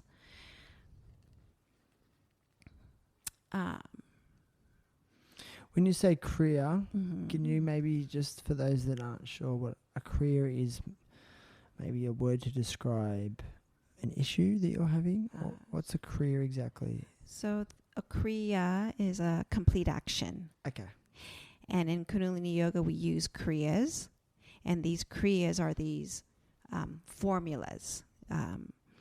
Like in CrossFit, we have the workout of the day. Gotcha. And it's a series of different exercises that we do. Well, a kriya is a series of exercises in a certain segment or a certain order that will utilize movement, breath, mantra, eye focus, hand mudra. And it could utilize all those things, and it could include none of those things, but maybe movements. That's a kriya. So it's a series of exercises in a specific order, giving an experience or a complete action. Okay, I got you. Yeah, that's really cool. So the other week, you actually, I was in one of you did a what you call a gong bath. It's a relaxation exercise. Can you maybe explain like the process that you use, what it is, and what the benefits of that practice was to the person doing it? It's interesting that you use the word practice, because I've never related the word of gong relaxation to a practice, but maybe it is a practice. I don't know. My relationship with gong and healing, Shannon, is, I think, really different than a lot of people's relationship to it today. So today, we have pyramids of chi. We have a lot of sound healers. We have a lot of gong players and gong playing and gong baths and gong healings. And there's schools, and people go and they get trained for all of this, right? I mean, it's like, there's certificates being given out. My first experience of like sound healing in the gong, was when I went to my first Kundalini Yoga class, which was in 1995. Wow. And my very first Kundalini Yoga class, one of the things that blew me away is I walked into this empty living room space in LA. There was not a Kundalini Yoga studio. There were very few studios. And the living room was completely empty, and this teacher, I didn't see her yet, had this huge sheepskin, and she had like 12 white crystal bowls. And during relaxation, after we did our Kundalini Yoga Kriya and meditation, we relaxed on our backs, and she played these crystal bowls, and I mean, I thought I levitated. Wow. I had to go back the next night because I was just like, what was that? So that was my very first experience of sound healing in 1995. She didn't go to school. I don't think there was even a school, and she didn't have a certificate. And then going to other Kundalini Yoga classes during relaxation, we always had this gong that played. And, so for me, it's something that I guess grew up or lived in this practice of Kundalini Yoga with, a gong bath during relaxation. So today it's like, there's someone out there who, created lessons and a certificate and has really put together the science of the gong. I'm not a trained gong player. I play that gong very intuitively. And the sound of that gong, I have a 28-inch or 32-inch pasty symphonic gong. And what I'm learning today is there's lots of different symphonic gongs, and there's planetary gongs, and they all do a certain thing. But the sound of the gong and the frequency of the gong heals the nervous system. Through the vibrations. Through the vibrations and through the frequency of that sound. So when you were laying there, there was different frequencies that you heard. There were different sounds that you heard. And all of that through, the neurons of your brain and your nervous system, listening to all that invokes deep, deep, deep healing and relaxation. Yeah, I noticed. I noticed, and everyone in the room noticed. It's my first taste of it, and we only were able to do it for 20 minutes, and I didn't fall asleep. And I've done a lot of relaxation exercises in the past, but none like that, because in that short space of time, I didn't sleep. But when you finished, I felt like I'd slept for a few hours, and I was like groggy and tired, like I had slept. And yeah, like when you were actually doing it, I could feel the vibrations, because they were so profound. I could feel them coming through the floor and through my body. And I just felt this stillness, and meditating for me has always been really challenging. That mind chatter is really hard for me to take ownership and control of. But then when you were doing that, I instantly was able just to focus on one thing, and there was very little or no mind chatter almost straight away, which was a really new experience for me. Usually I have to work at it. Takes me at least 20 minutes just to get focused. So yeah, okay. There's some science to it, yeah. There's a lot. I would think there's a lot of science to it, and I think the people who are doing the trainings and the teachings, know that science. Okay. Me as a Kundalini Yoga teacher and trainer, the gong is part of the formula. I mean, my hope for you and the other teachers is that we are allowed the time one day to have a real experience doing a yoga kriya. And, these yoga kriyas focus on strengthening the nervous system and helping to balance the glandular system. And when we do these kriyas and we meditate and then we relax and you hear the gong, for me, the healing is so much more powerful because it helps to really infuse the work of what you've done of the kriya into the body and into the mind. Okay. To be honest, it's really rare that I just play the gong. Okay. And I had to really think about this in my mind about, do I just do this? Like, how can I do that? It wasn't like a sellout situation, but it was like, how is this going to feel? How's this going to all work out? And was that because of the short time frame you were facing? Because of the short time frame and not, allowing all of you to kind of work your nervous system a little bit. So you would usually start with some breathing or breath work? We do a little bit of breath work. Some we stretching. do a little bit of we do some Kundalini Yoga. Uh-huh. And then have you relax. And that's why I incorporated a little bit of that, just that small little pranayama in there. Mm. And next time because of our timing, I'm going to include different types of breathing. That I think will help kind of activate things and get the nervous system, a little. It kind of reinforced to me, like you often hear people just say, "Oh, I'm too busy, I'm too busy, I'm too busy," to take some time out and recalibrate. And but really, like when you did that, it's amazing how just by like you literally can find 15, 20 minutes in your day and to do something, some self-care like that.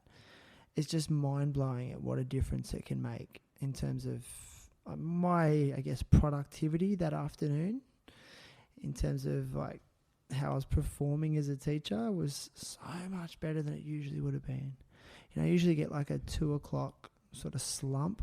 I just started to get a bit tired, but didn't have that. Felt switched on. I felt calm, in control. And that was just from 20 minutes of deep relaxation. Yeah, so you can fit it in. Yeah, so. I fit in an 11-minute power nap every day. Okay. 11 minutes. You set a timer? Mm-hmm. Why 11 minutes? Why not 10? You just like 11? Yeah, I don't know why 11. Is it a Kundalini thing? I don't know. Yeah, I set my timer for 12 minutes and I take a minute just to, do relaxed breathing. And my husband always asks, "Did you really fall asleep?" I can't imagine you really fell asleep. And I don't know if I really fell asleep. Maybe I didn't, but I feel like I fell asleep. And my timer goes off and I turn it off and I wake up and I'm just like, wow, yes, I feel great. I started doing 11-minute power naps maybe about 2 or 3 years after I had Paris. I was diagnosed with adrenal fatigue. Uh-huh. And one of the 3 things that stood out for me in how to heal adrenal fatigue was eating whole foods, taking a power nap, and being joyful. Okay. And when I feel rested and it's that afternoon time, if I don't take my little 11-minute power nap, I don't feel joyful. So that's when I started taking 11-minute power naps. And that's also like that, increasing your awareness. Consciously listening to what your body is saying and what it needs. So from my understanding, adrenal fatigue is very much linked to stress and the cortisol hormone.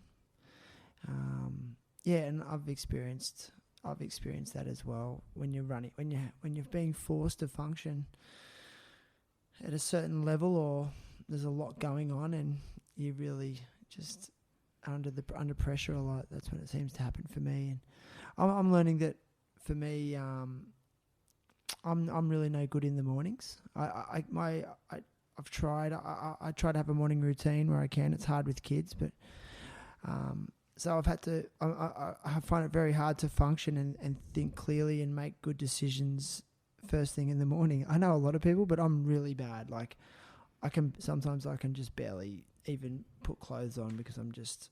I need a morning routine I need time to stretch and breathe. And it needs to be 10 minutes before I can actually start my day. And if I miss that morning routine, I have a terrible start to the day. It often leads to conflict with my wife or, something like that. So, or I get stressed. So that was for me a bit of self-awareness in terms of that's just how my body functions. I'm just no good in the morning. And I get very negative thoughts in the morning as well. I wake up negative. So I get these really negative thoughts like the world's against me. I don't like this person or I don't like that person. And when I see this person, I'm going to say this to them and then they're going to say something back. They're going to say this back and then I'll hit them with that. And then I start playing out these scenarios that are just completely untrue. But I've recognized that that's just what my brain tries to do to me first thing in the morning. So, and I've had to communicate that to my wife. So she's like, yes, quick, first thing before the kids get up, you need to. And that's why I will always, because the kids wake up at 5, I've had to force myself out of bed at 4:30 just so I can get a head start on it. Well, 4:30 is We call it the Amrit Vela of the hour. What is like that? the sweet nectar of the day. Why? Pre-dawn? Mm-hmm. Why is that the sweet nectar of the day? Well, there's like the I guess a scientific technical aspect where the sun is a specific degree to the earth during like 4 o'clock in the morning. Also, there's certain meridian points. I don't know if it's the lung meridian or the digestive meridian. I forgot. That's that hour of that day. And so like that, deep breathing and that kind of exercise. It's the hour of your lungs and your digestive system to get going. Kundalini yogis around the world that have a Aquarian sadhana practice. I think I'm Aquarius too, by the way. When's your birthday? January 22nd. Yeah. Yeah, I think I'm just in it, yeah. Yeah. The age of Aquarius. You said that, and you sent a message and said, I grew up in the 60s in San Francisco, so I'm very in tune with the age of Aquarius. I'm sorry, I don't know. What does that mean? What do you mean? I don't know what the age of Aquarius is. Well, do you know that sorry. song, The Age of Aquarius? I've heard that song. Okay, yeah. okay, well. It's a stage play. Or is it Jesus Christ Superstar? No. Well, we're also in the age of we're in the Aquarian age. Right now? Shannon, yes. This is our time. I'm so ignorant, and this is why I need to speak to people like you. This is our time. Teach me. And it's the time where it's not to be or not to be anymore. Right? Not to be Remember, or not to be. it is to be or not to be. I know that. It's the time where be. It's be. Be. Be here right now. Be Okay. to be. I am. It's that time, the Aquarian age. We could do a whole nother podcast. Maybe we should. Just so brief. I'd like to share 5 sutras. Please do. Of the Aquarian age. Let's do it. Recognize the other person as you. Yes. Check. There is a way through every block. When the pressure is on you, start, and the pressure will be off. Vibrate the cosmos, and the cosmos will clear the path. Understand through compassion, or you will misunderstand the times. I like it. It's nice. Yeah. These are the rules for life in this current age. Yep. Well, not rules, but guiding lights. Guiding. Yeah, guiding lights for the Aquarian age. It's an amazing time. It's a time where, and I've been hearing about the Aquarian age since I started Kundalini Yoga, and it's fascinating to actually see it. It's the age of information. We have access to everything. Where, back in the day, access to knowledge was for the privilege, right? We see it, or I see it through a lot of social media, the consciousness of community, of we, of us, of together. It's not I and me and I. And that's a really beautiful thing. I find it fascinating. Not fascinating. I think it's great that there's more people who want to connect to themselves. There's a like this disconnect in our food, disconnect in listening to our bodies and what we need, right? And more people are connecting, wanting to be healthier, wanting something more, spirituality. Meditation is huge. Mindfulness, all these modalities of being full and complete and whole. That's, part of this age of Aquarius, and it's needed.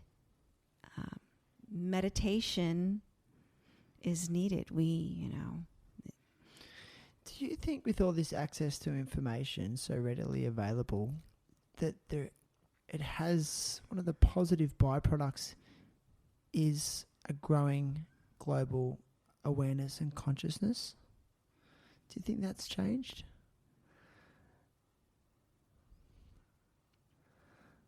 Or is that too loaded, that question?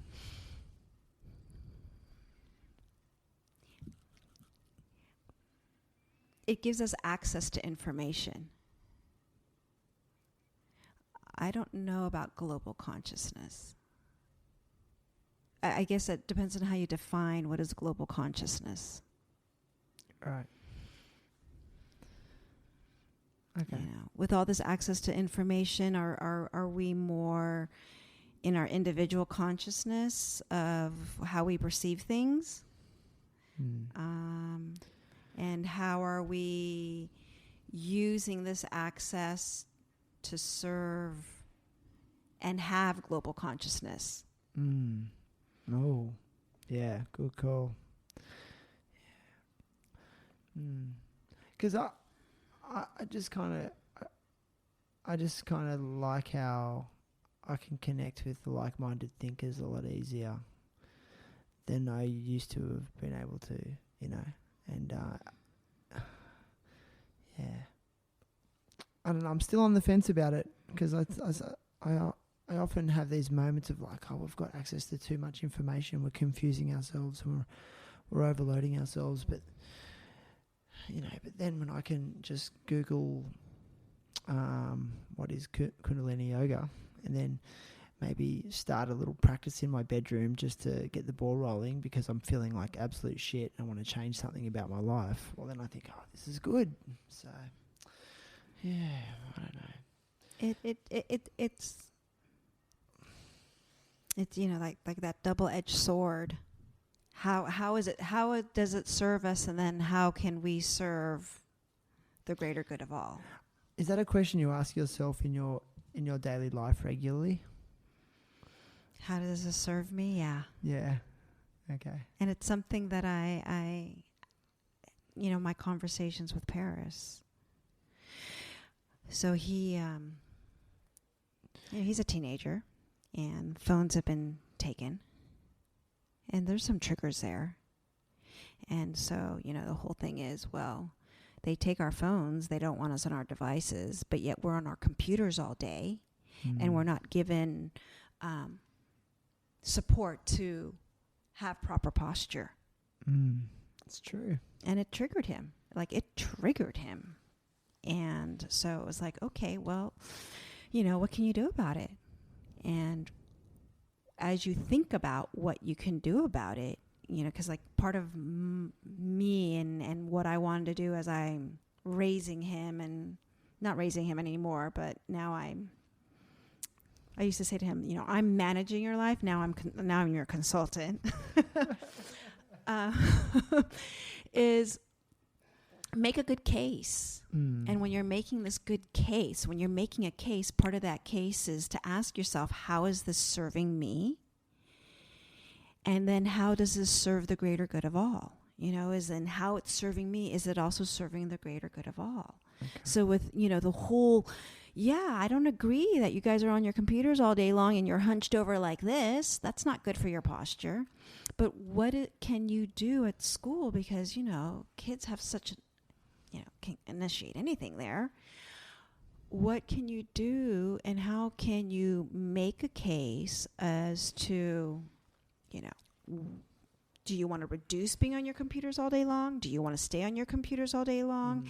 How can you assist your posture and keeping healthy posture on your computer? Like, how can you bring this awareness to the school?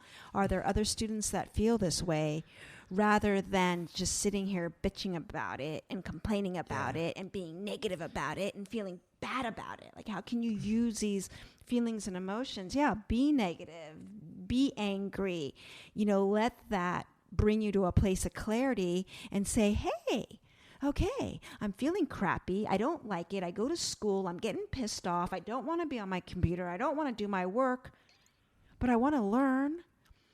You know, I want to do all these things. I want to find out about all these things. So how can, you know, what changes do I need to make? What can I initiate so that I can continue learning and thriving and serving myself. And how's that going to serve everyone else at school?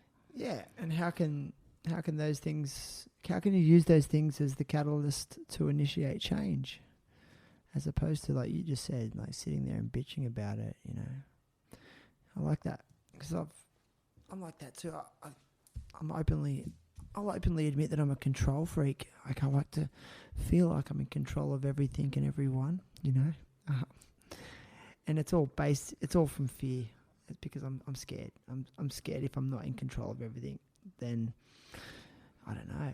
Who knows what? I don't even know what I'm scared of, but I'm scared, you know. And but I like how you were sort of saying that, well, you can turn those negative feelings and emotions into positives that are outside of yourself, and get out of yourself and what you're feeling, and try to be of service. And I've really noticed that, you know, in getting to know you, I've heard you use the word service quite a lot, especially, you know, meeting with you various times. You know, I've often heard you say, how can I be of service? Or thank you for letting me be of service, or thank you for letting me serve you. And the second I hear that, I personally just think selflessness. You're out of your own ego and yourself.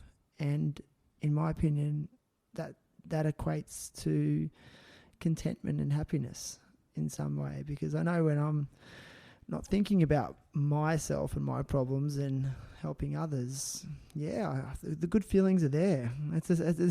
Ironically, it's a selfish thing. Like, helping others is actually making me feel better. So, like, you know, that's where the good feelings are. So I want to go there. So yeah, I don't know. Does that make sense? Confuse you, but yeah. Yeah, no, it makes sense. I guess it's my paying forward. Yeah. You know? Yeah. I'm very similar to you. Do not talk to me until I've had my hour power. Yeah. You can't talk to me. I can't have a graceful conversation with you, you know, until I've come here and I've been of service to myself. And part of that service of myself is I'm up here every morning doing my practice. Getting conscious, like getting in the present moment, and starting to just adopt conscious thinking. Right. I guess these days, Shannon, it's been about just, you know, connecting to my soul. Yeah. Or something else. You know, do you believe in something else? You know, checking in with me. You know, I believe that there's like this, you know, God outside of us, and there's this, you know, God inside of us. I have a different, I guess, definition of God. For me, it's an energy. You know, an energy that generates, organizes, delivers, and destroys. God. Okay. And when I, you know, get up in the morning and I sit with me and I tune up that energy that generates, organizes, and delivers and destroys, you know, however way you want to interpret that. You know, am I sitting with my soul? Am I befriending my soul? Am I, you know, am I talking to God and letting God talk to me? I mean,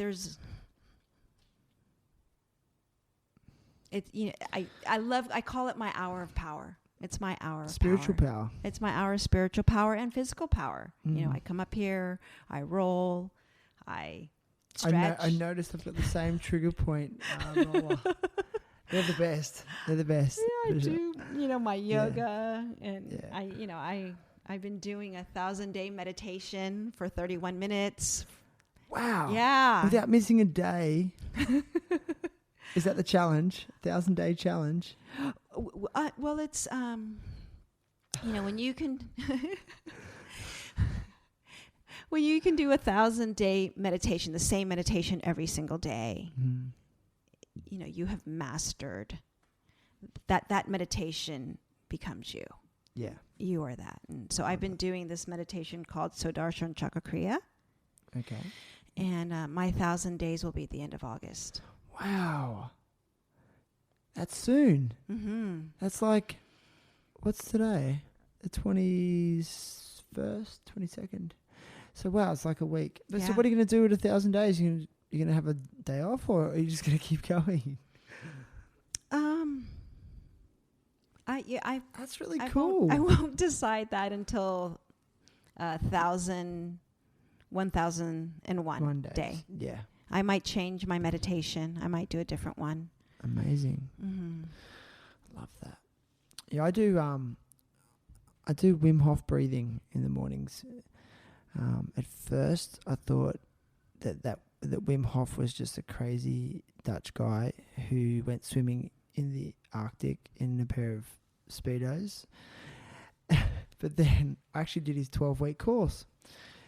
And I, to be honest, when he explains the science behind it, I still don't fully understand it. I know it does change your blood chemistry, but when I do Wim Hof breathing, like I said, I have trouble meditating. It gets me into a deep state of meditation, but the deepest state of focus that I've ever felt when I'm holding my breath and oxygenating my body. And then afterwards I meditate, and the clarity that I feel after that. Again, I don't know the exact science, the physiology behind it. But I do know that since I've been doing it, I'm much more resilient. My immune system, I don't get sick that often these days, but I'm less, I get sick less, and the calmness I feel, it kind of feels like it balances out my stress hormones for sure. But yeah, so that works for me. Meditation, some people think, meditate and get chill and zen. When I'm meditating, I'm not chill and I'm not zen. It's probably one of my most challenging times. And meditating for me has allowed me to empty garbage, empty layers and layers and layers of what's the kind of new trendy word I'm hearing these days? Mindsets. Okay. Negative mindsets, or limiting self-limiting beliefs, or just garbage. The stuff, the patterns, the things that I thought, the things that were probably ingrained in me as a child that blocked me from being my fullest potential. And I'm not talking about like potential of success. I'm talking about like potential of deep, just loving and liking myself. Mm-hmm. So that's what, meditating does for me. That's why I want to meditate every single day, so that I can just clean it all out. Keep cleaning it out. Are you implying that it is work? Like in a good way, but it's effort. It's not just happening. It's not just happening. The change just isn't happening through osmosis. Like you're putting in work while you're doing that. You are really, and it's probably sometimes, dare I say, exhausting. Yeah. Sometimes emotionally exhausting. Yeah. A lot of times emotionally exhausting, but the discipline. Yeah, it's a great discipline I'm sure you'd rather be sleeping in till 5 o'clock in the morning when your girls wake up, instead of waking up that extra half hour to be with Shannon, to serve Shannon, to make Shannon feel good, to connect with Shannon, to, whatever it is that you do, in that time. And it's probably a lot of self-reflecting. And that's another thing that we don't, are they teaching that in school? Self-reflection? Paris will probably say, yeah, my mom, self-reflect to self-correct. He said that to me the other night. Is that something you've taught him? Well, because, I'm trying my best to not ask a lot of questions, and being creative in different ways to connect with him, even if it's just for a few minutes. But wanting to connect with him so that he continues this practice of self-reflection. So before, when he was younger, it would be, hey, what were your highlights? Tell mama 3 highlights of the day and 3 lowlights of the day. So now that he's a teen, it's like, was there something that a teacher said that inspired you? Was there, any aha moments? Oh, yeah. Was there something you saw at school that triggered you? And so, this was some conversation yesterday, and he sat there and he's like, I know, self-reflect to self-correct. So I had a different approach today. My approach today was, all right, 3 to 5 minutes, share a story about school. Anything, just anything you want. It's all up to you. I'm not going to ask you any questions. And? So that was really cool. So you changed the approach. Yeah. And I can see him thinking about things. And that's, one of the things I want to, help cultivate in him, that self-reflection, that connection. How do I feel in my body? Yeah. Is this hunger? How am I feeling myself? Oh, I ate this and now I feel it's staying connected. And conscious. Yeah, and conscious. And so that hour of power in the morning, probably for you and for me, gives us that connection time. Yeah. And it takes, you were speaking about Paris. It takes time to get to that state of self-awareness and realization, it's only now in my life that I am able to identify my triggers and otherwise I was just reacting unconsciously to my triggers, and it wasn't going well. It was 99% of the time I was reacting the wrong way, in a bad, I could have acted better, but some people further down the scale at a younger age, they can tap into it sooner. But for me, I think maybe I was a slow learner in that respect. I had to keep making the same mistakes over and over until I really started to identify the patterns. I see the patterns really much more clear now. They're still there, and I still make the same mistakes, but now I'm conscious of them, and now I know how to approach them afterwards and take more ownership of my behavior and my actions, and it's there's a saying I really like. It says it's progress, not perfection, and that really drives me in everything I do, because there's a lot of times in my life I was striving for perfection, but it was it's really ridiculous. It was impossible, and I was getting exhausted and tired and angry and upset, and then but I like progress, not perfection, and that's my little mantra for life. So what's next for you, Sierra? You're in Bali now. You seem like you're in a really great place and a great time in your life. What's next? Do you have a plan, or are you just happy just living one day at a time? I'm a mom. We always have plans. I know, organized. I can tell you're organized. I will say, Shannon, I'm grateful for the opportunity to live one day at a time. Okay. As you've experienced here in Bali, we can have our plans and things can shift so quickly. But, my most immediate plan is to be present and help raise my teen, or not raise, but consult my teen, or consult Paris, and not having possession over him or anything, but, be whole and complete, and try to be, be a beloved to my beloved. But in regards to projects or what I'm doing next or what I want to do, preparing for a women's leadership training that we're hosting here in Bali. Amazing. that soon. It's a Kundalini Yoga meditation, women's leadership, a women's camp. Okay. It's kind of like my thing. Cool. And that will be in October. And also preparing for our level 1 teacher training. For Kundalini Yoga. For Kundalini Yoga. That will start in January. Awesome. It will be Bali's first time to have 3 one-week sessions. So that's really exciting. Awesome.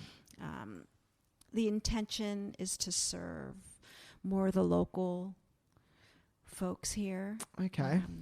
I assisted on a training. It was a 1-month immersion in Ubud in April, May. And that drew, like 70 people from around the world. Wow. It was amazing. That's so cool. Do you think the local people, like, what's the response you get from them in regards to Kundalini Yoga? Are they open to it? We have a good community here. Yeah. Of Kundalini yogis. Yeah, cool. Mm-hmm. They seem quite open to it. I've noticed, like I do yoga at school quite often, and some of the local staff that work there, they're always really like interested, but I'll try to encourage them to participate, but they're too shy. But they're like, oh, you do yoga? Like, oh, that's awesome. Like they really think it's a great thing. So Yeah. I think it marries well with Hinduism. I assisted on a Kundalini Yoga Seva teacher's training. Saver? Selfless service. Uh-huh. You need to get that tattooed somewhere.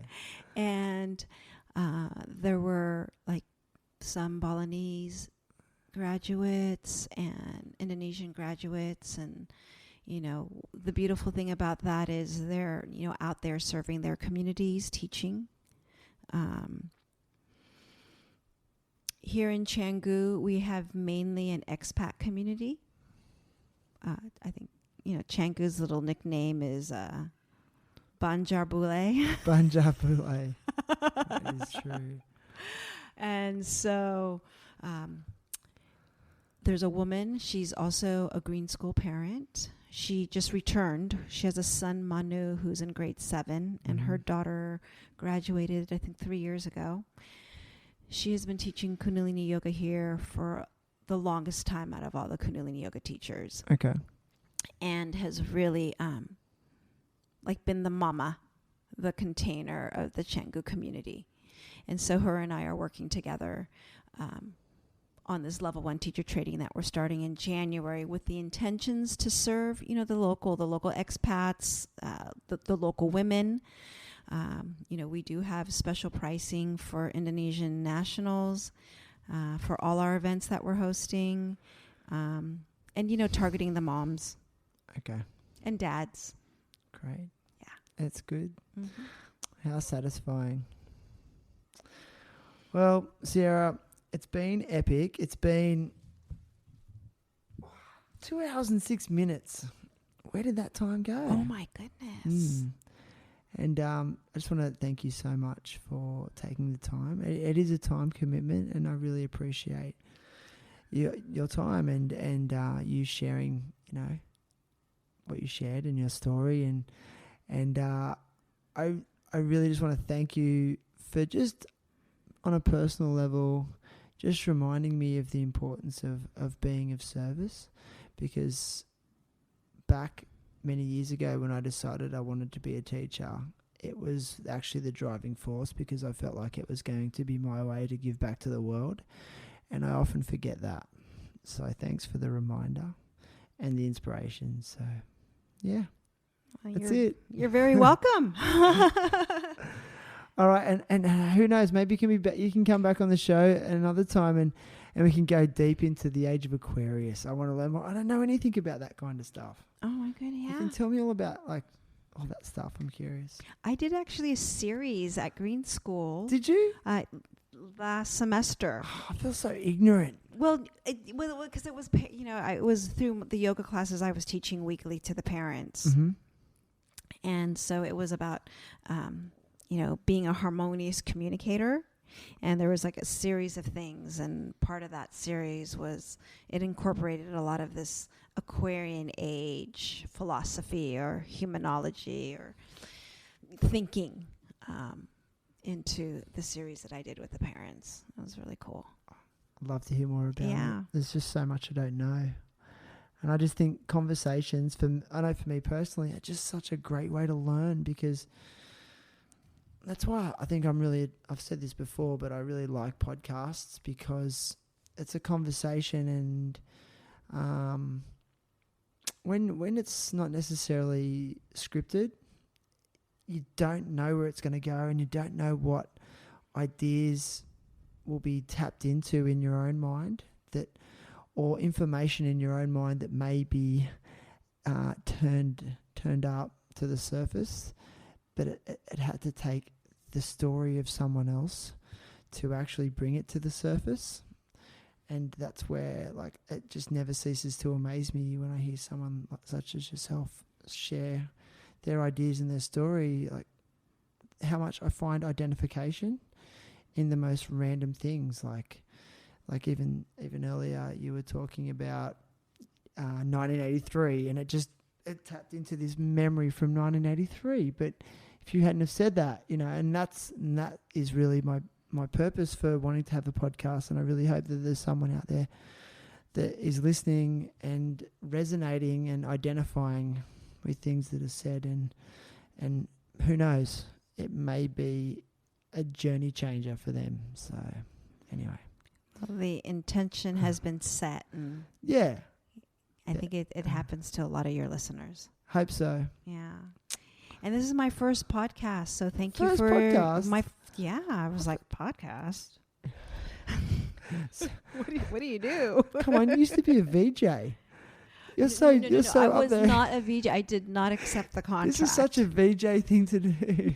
No, VJ, we had a teleprompter that we would read. And I've been using my mobile phone, like, On the TV. Oh, really?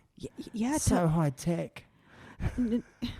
No, like everything that we had to say was written on the screen, and I would read it pretending that I wasn't reading it, but I'm reading it while I'm being filmed. Yeah. I had no freedom to say anything.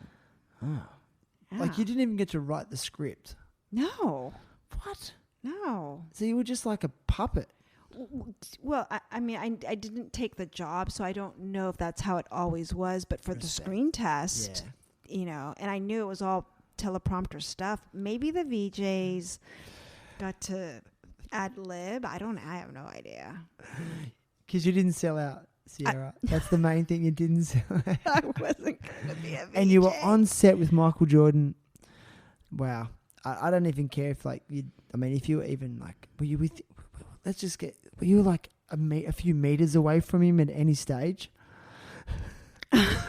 let's worship Michael Jordan. Come on, he's like the legend of all legends. Yeah, that's pretty amazing. Yeah, I guess it was pretty Long time ago. I think I've had a lot of cool things that have happened. So I think so. And at the time I didn't think it was so cool, but when I think about it, yeah. Like, see, like, I think coming from Australia, like, California just seems like this just almost surreal place of just celebrities, and I don't know, like, many Australians think of, like, LA and California as just being like movie stars and movies and rich people, and and you're shaking your head going, no. And you're probably like, if you've grown up in that environment, because I remember when I went to LA, I don't even know where I was. I think I was near Venice, but I just kind of felt like I was just seeing celebrities walking down the street and actors rehearsing their lines in cafes, and it's just so different to where we're from. So it's cool. Well, one day I'll have to tell you the story about. Do you ever see the Power Rangers? Yeah, Okay. the kids show. Mm-hmm. Yeah. Yeah. Were you a Power Ranger? No. Were you really? That's so cool. I was the original Trini before I got fired. You got fired? Yeah. Why? Too Asian. Not enough. Bullshit. Yep. color was that Power Ranger? Because they all had colors, didn't they? Yellow. You were the yellow Power Ranger. I wasn't Asian looking enough. Get out. Yeah, I was too brown. I was too like exotic looking. No. Like they wanted, the lighter skin. Okay. Yeah, and then after I lost that job, after I got fired from that job, my agent said, "You are out there rollerblading on Venice Beach every day for hours. You need to cover up from head to toe." Too brown. You need to be more white. Is that what the... Oh, my God. That sounds so racist. Yeah. Is it like that in that industry? Is it racist and sexist? It must be. I mean, I don't know what it's like today, but all I knew was I was wearing gloves, long sleeve shirts, tons of sunscreen, leggings from head to toe, had That's my neck wrong. covered up and a hat on. And that was my, I exercised. I would rollerblade from, the Santa Monica's all the way down to Huntington Beach on that, On the promenade. Yeah. And I So cool. did that I did that every day. I mean, when you're a struggling actor who has money for a gym membership. Yeah. Yeah. And I had to cover up. And I did that for a while. And then I was like, screw this. This is ridiculous. Yeah. I'm brown. Yeah. You are. You're free to be you. Yeah. So That's so... Again, like, what a just different... insane. So different to it. Yeah. Yeah. That's so funny. Oh, well. What a good way to end. Yeah. Thank you All right, thank for the you. opportunity to share and to have my first podcast with you. Great. Yep. And you do an amazing job prompting and asking questions and leading the flow. So this was fun. Thanks, Sierra. And you'll be episode 17. So I don't like to put a number on people, but yeah. I'm going to give you a jersey that says 17. What jersey was Michael Jordan? He was 23, wasn't he? I'm joking. No, I'm I don't joking. remember. I'm joking. Yeah. I'm joking. But I don't 17. even like basketball. That's the thing. But it's MJ. It's Michael Jordan. Sorry. I had a jersey that Kobe Bryant signed. What? Yeah. How? I dated a guy who had season tickets to the Lakers. I think you said I dated Kobe No. Bryant. And he gave me his signature on a jersey. Oh, cool. Did you get courtside? Did you ever sit courtside? Oh, yeah. No way. It was For so a Lakers game? Yeah. See, again, I'm not even a basketball player, but I know that that would be a cool experience. Wow. I'll trip. I will get so tripped out if the guy who I dated who had those season tickets hears this. You never know. You never know. It's funny. I was looking at the stats because I can look at all the data on the podcast and where I can look at obviously how many listens, but I don't gauge my happiness on that, by the way. It's quality, not quantity. But I can also see like where it's being listened to in various parts of the world. Wow. Like it's blowing me away. Like Tanzania, another part of South Africa I've never heard of before. Various parts of the United States, especially after Leslie and Medema's episode. And I'm like, wow, it's like, again, this age that we live in, it's like there's a global network. Yeah. It can be so powerful, but it can be really used for good, not evil, if you make the right choices around it. So I mean, like, this is part of the cool. I mean, this is what's cool about the Aquarian age. yeah, People in Tanzania and all over the world have access to this. yeah. It's great. I need to hear about this because I'm Aquarius. I've never really thought about it, but I had an ex-girlfriend years ago where it was always like, oh, that's such an Aquarius thing to say. Like, oh, you're acting like such an Aquarian now. And I'm like, what does that mean? What does that mean? And I never really gave it too much thought. And so this is, again, another reason for the podcast is I want to open my mind and I want to learn about things that I don't know from people that are different to me. And sometimes it's scary. Like my last guest, Kaimara, she identifies as LGBTQ plus in Indonesia, which is a really brave stance to take. And again, like I'm very accepting. I like to think I'm accepting of all people, and I think, but I'll openly admit there's ignorance there through lack of understanding or education.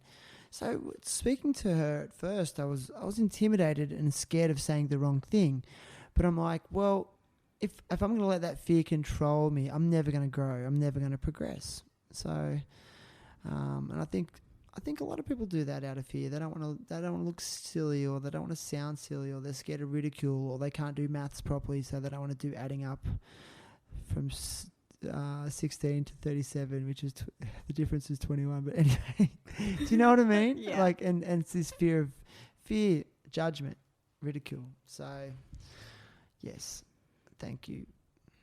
I don't know. I just went another tangent. I'm tired. Do you ever do these in the morning? Yes, yeah, I do. I've done a few at the Green School if I've got time in the day, and I do prefer doing them in the morning. But again, like I want to be mobile, and I really want to make it as comfortable for the guest as possible. So, so I'm happy, and that's why I've purchased mobile recording equipment. So we can set up in your comfort zone, in your comfortable space, and I hope you have felt comfortable here. I feel really comfortable in your yoga space here, so thanks. Yeah. And I've done some cool locations, like I did one in the jungle. I did one on this rooftop in Kerapakan where a lot of musicians perform, but it's actually just on the roof of a guy's house, and the sunsets are and we did it at sunset, and there's rice paddies, and it was just, wow, there was magic. And like I just want the settings, because I do think the environment and the setting can inspire, and it's fun too. So wow, yeah, that was probably beautiful. it was amazing. Yeah. And then the guest, actually, she's a musician. She then performed a song midway through. Yeah, it was so cool. Yeah, these are the little things that are just happening that I just would have never expected, And if you had have asked me a year ago if I'd be sitting down having an in-depth discussion with a Kundalini Yoga instructor, I would have just laughed at you. I would have been like, well, as if. I don't know any Kundalini instructors. I don't even give a shit about Kundalini Yoga. I think, it's just so removed from what I would have considered normal. So that's why I feel very blessed to have these opportunities. Wow, I'm inspired. Are you? Ah, Why? because I like the position that you're in. What do you mean? I like talking to people and asking questions, and I love hearing stories. So do I. I know. Same. I'm like, how does one get started doing podcasts? I think you'd be great. I think, especially with your women's group stuff, I think, I think there's a lot of good information. I don't think you should record every conversation you have, but I think getting it documented, and it can be reused and re-listened to, and get those good messages out there, and what I'm learning is that, like, people like to, because when I listen to a podcast and hear two people having a conversation, it's a little bit voyeuristic, it's like you're eavesdropping on, you know what I mean? Like you're eavesdropping on someone else's conversation, and I think people like to eavesdrop. We're busybodies by nature, except this is just like a legitimate way of doing it. Yeah, being that fly on the wall. Fly on the wall. Uh-huh. Yeah. So I don't know. Super cool. Thank you. Okay, it's bedtime, right, so that we let's can go. wake up at 4:30 in the morning I might have to sleep in tomorrow. and have our power. I have to, otherwise I start to road rage here in Bali on the way to school, driving in the traffic. No, I don't. All right. Maybe you can have your hour power before you go to bed to unwind. Maybe, but I don't. Oh, look, sorry. We're still going. I don't have any good breathing exercises before bed, and I've stopped doing Wim Hof breathing before bed because it was waking me up too much, and I was too psyched up, and I couldn't sleep properly. Okay. You're pressing on your nose and breathing out of your left nostril. Well, I'll do that now. Sierra, you're a legend. Okay. You too. See ya. Bye.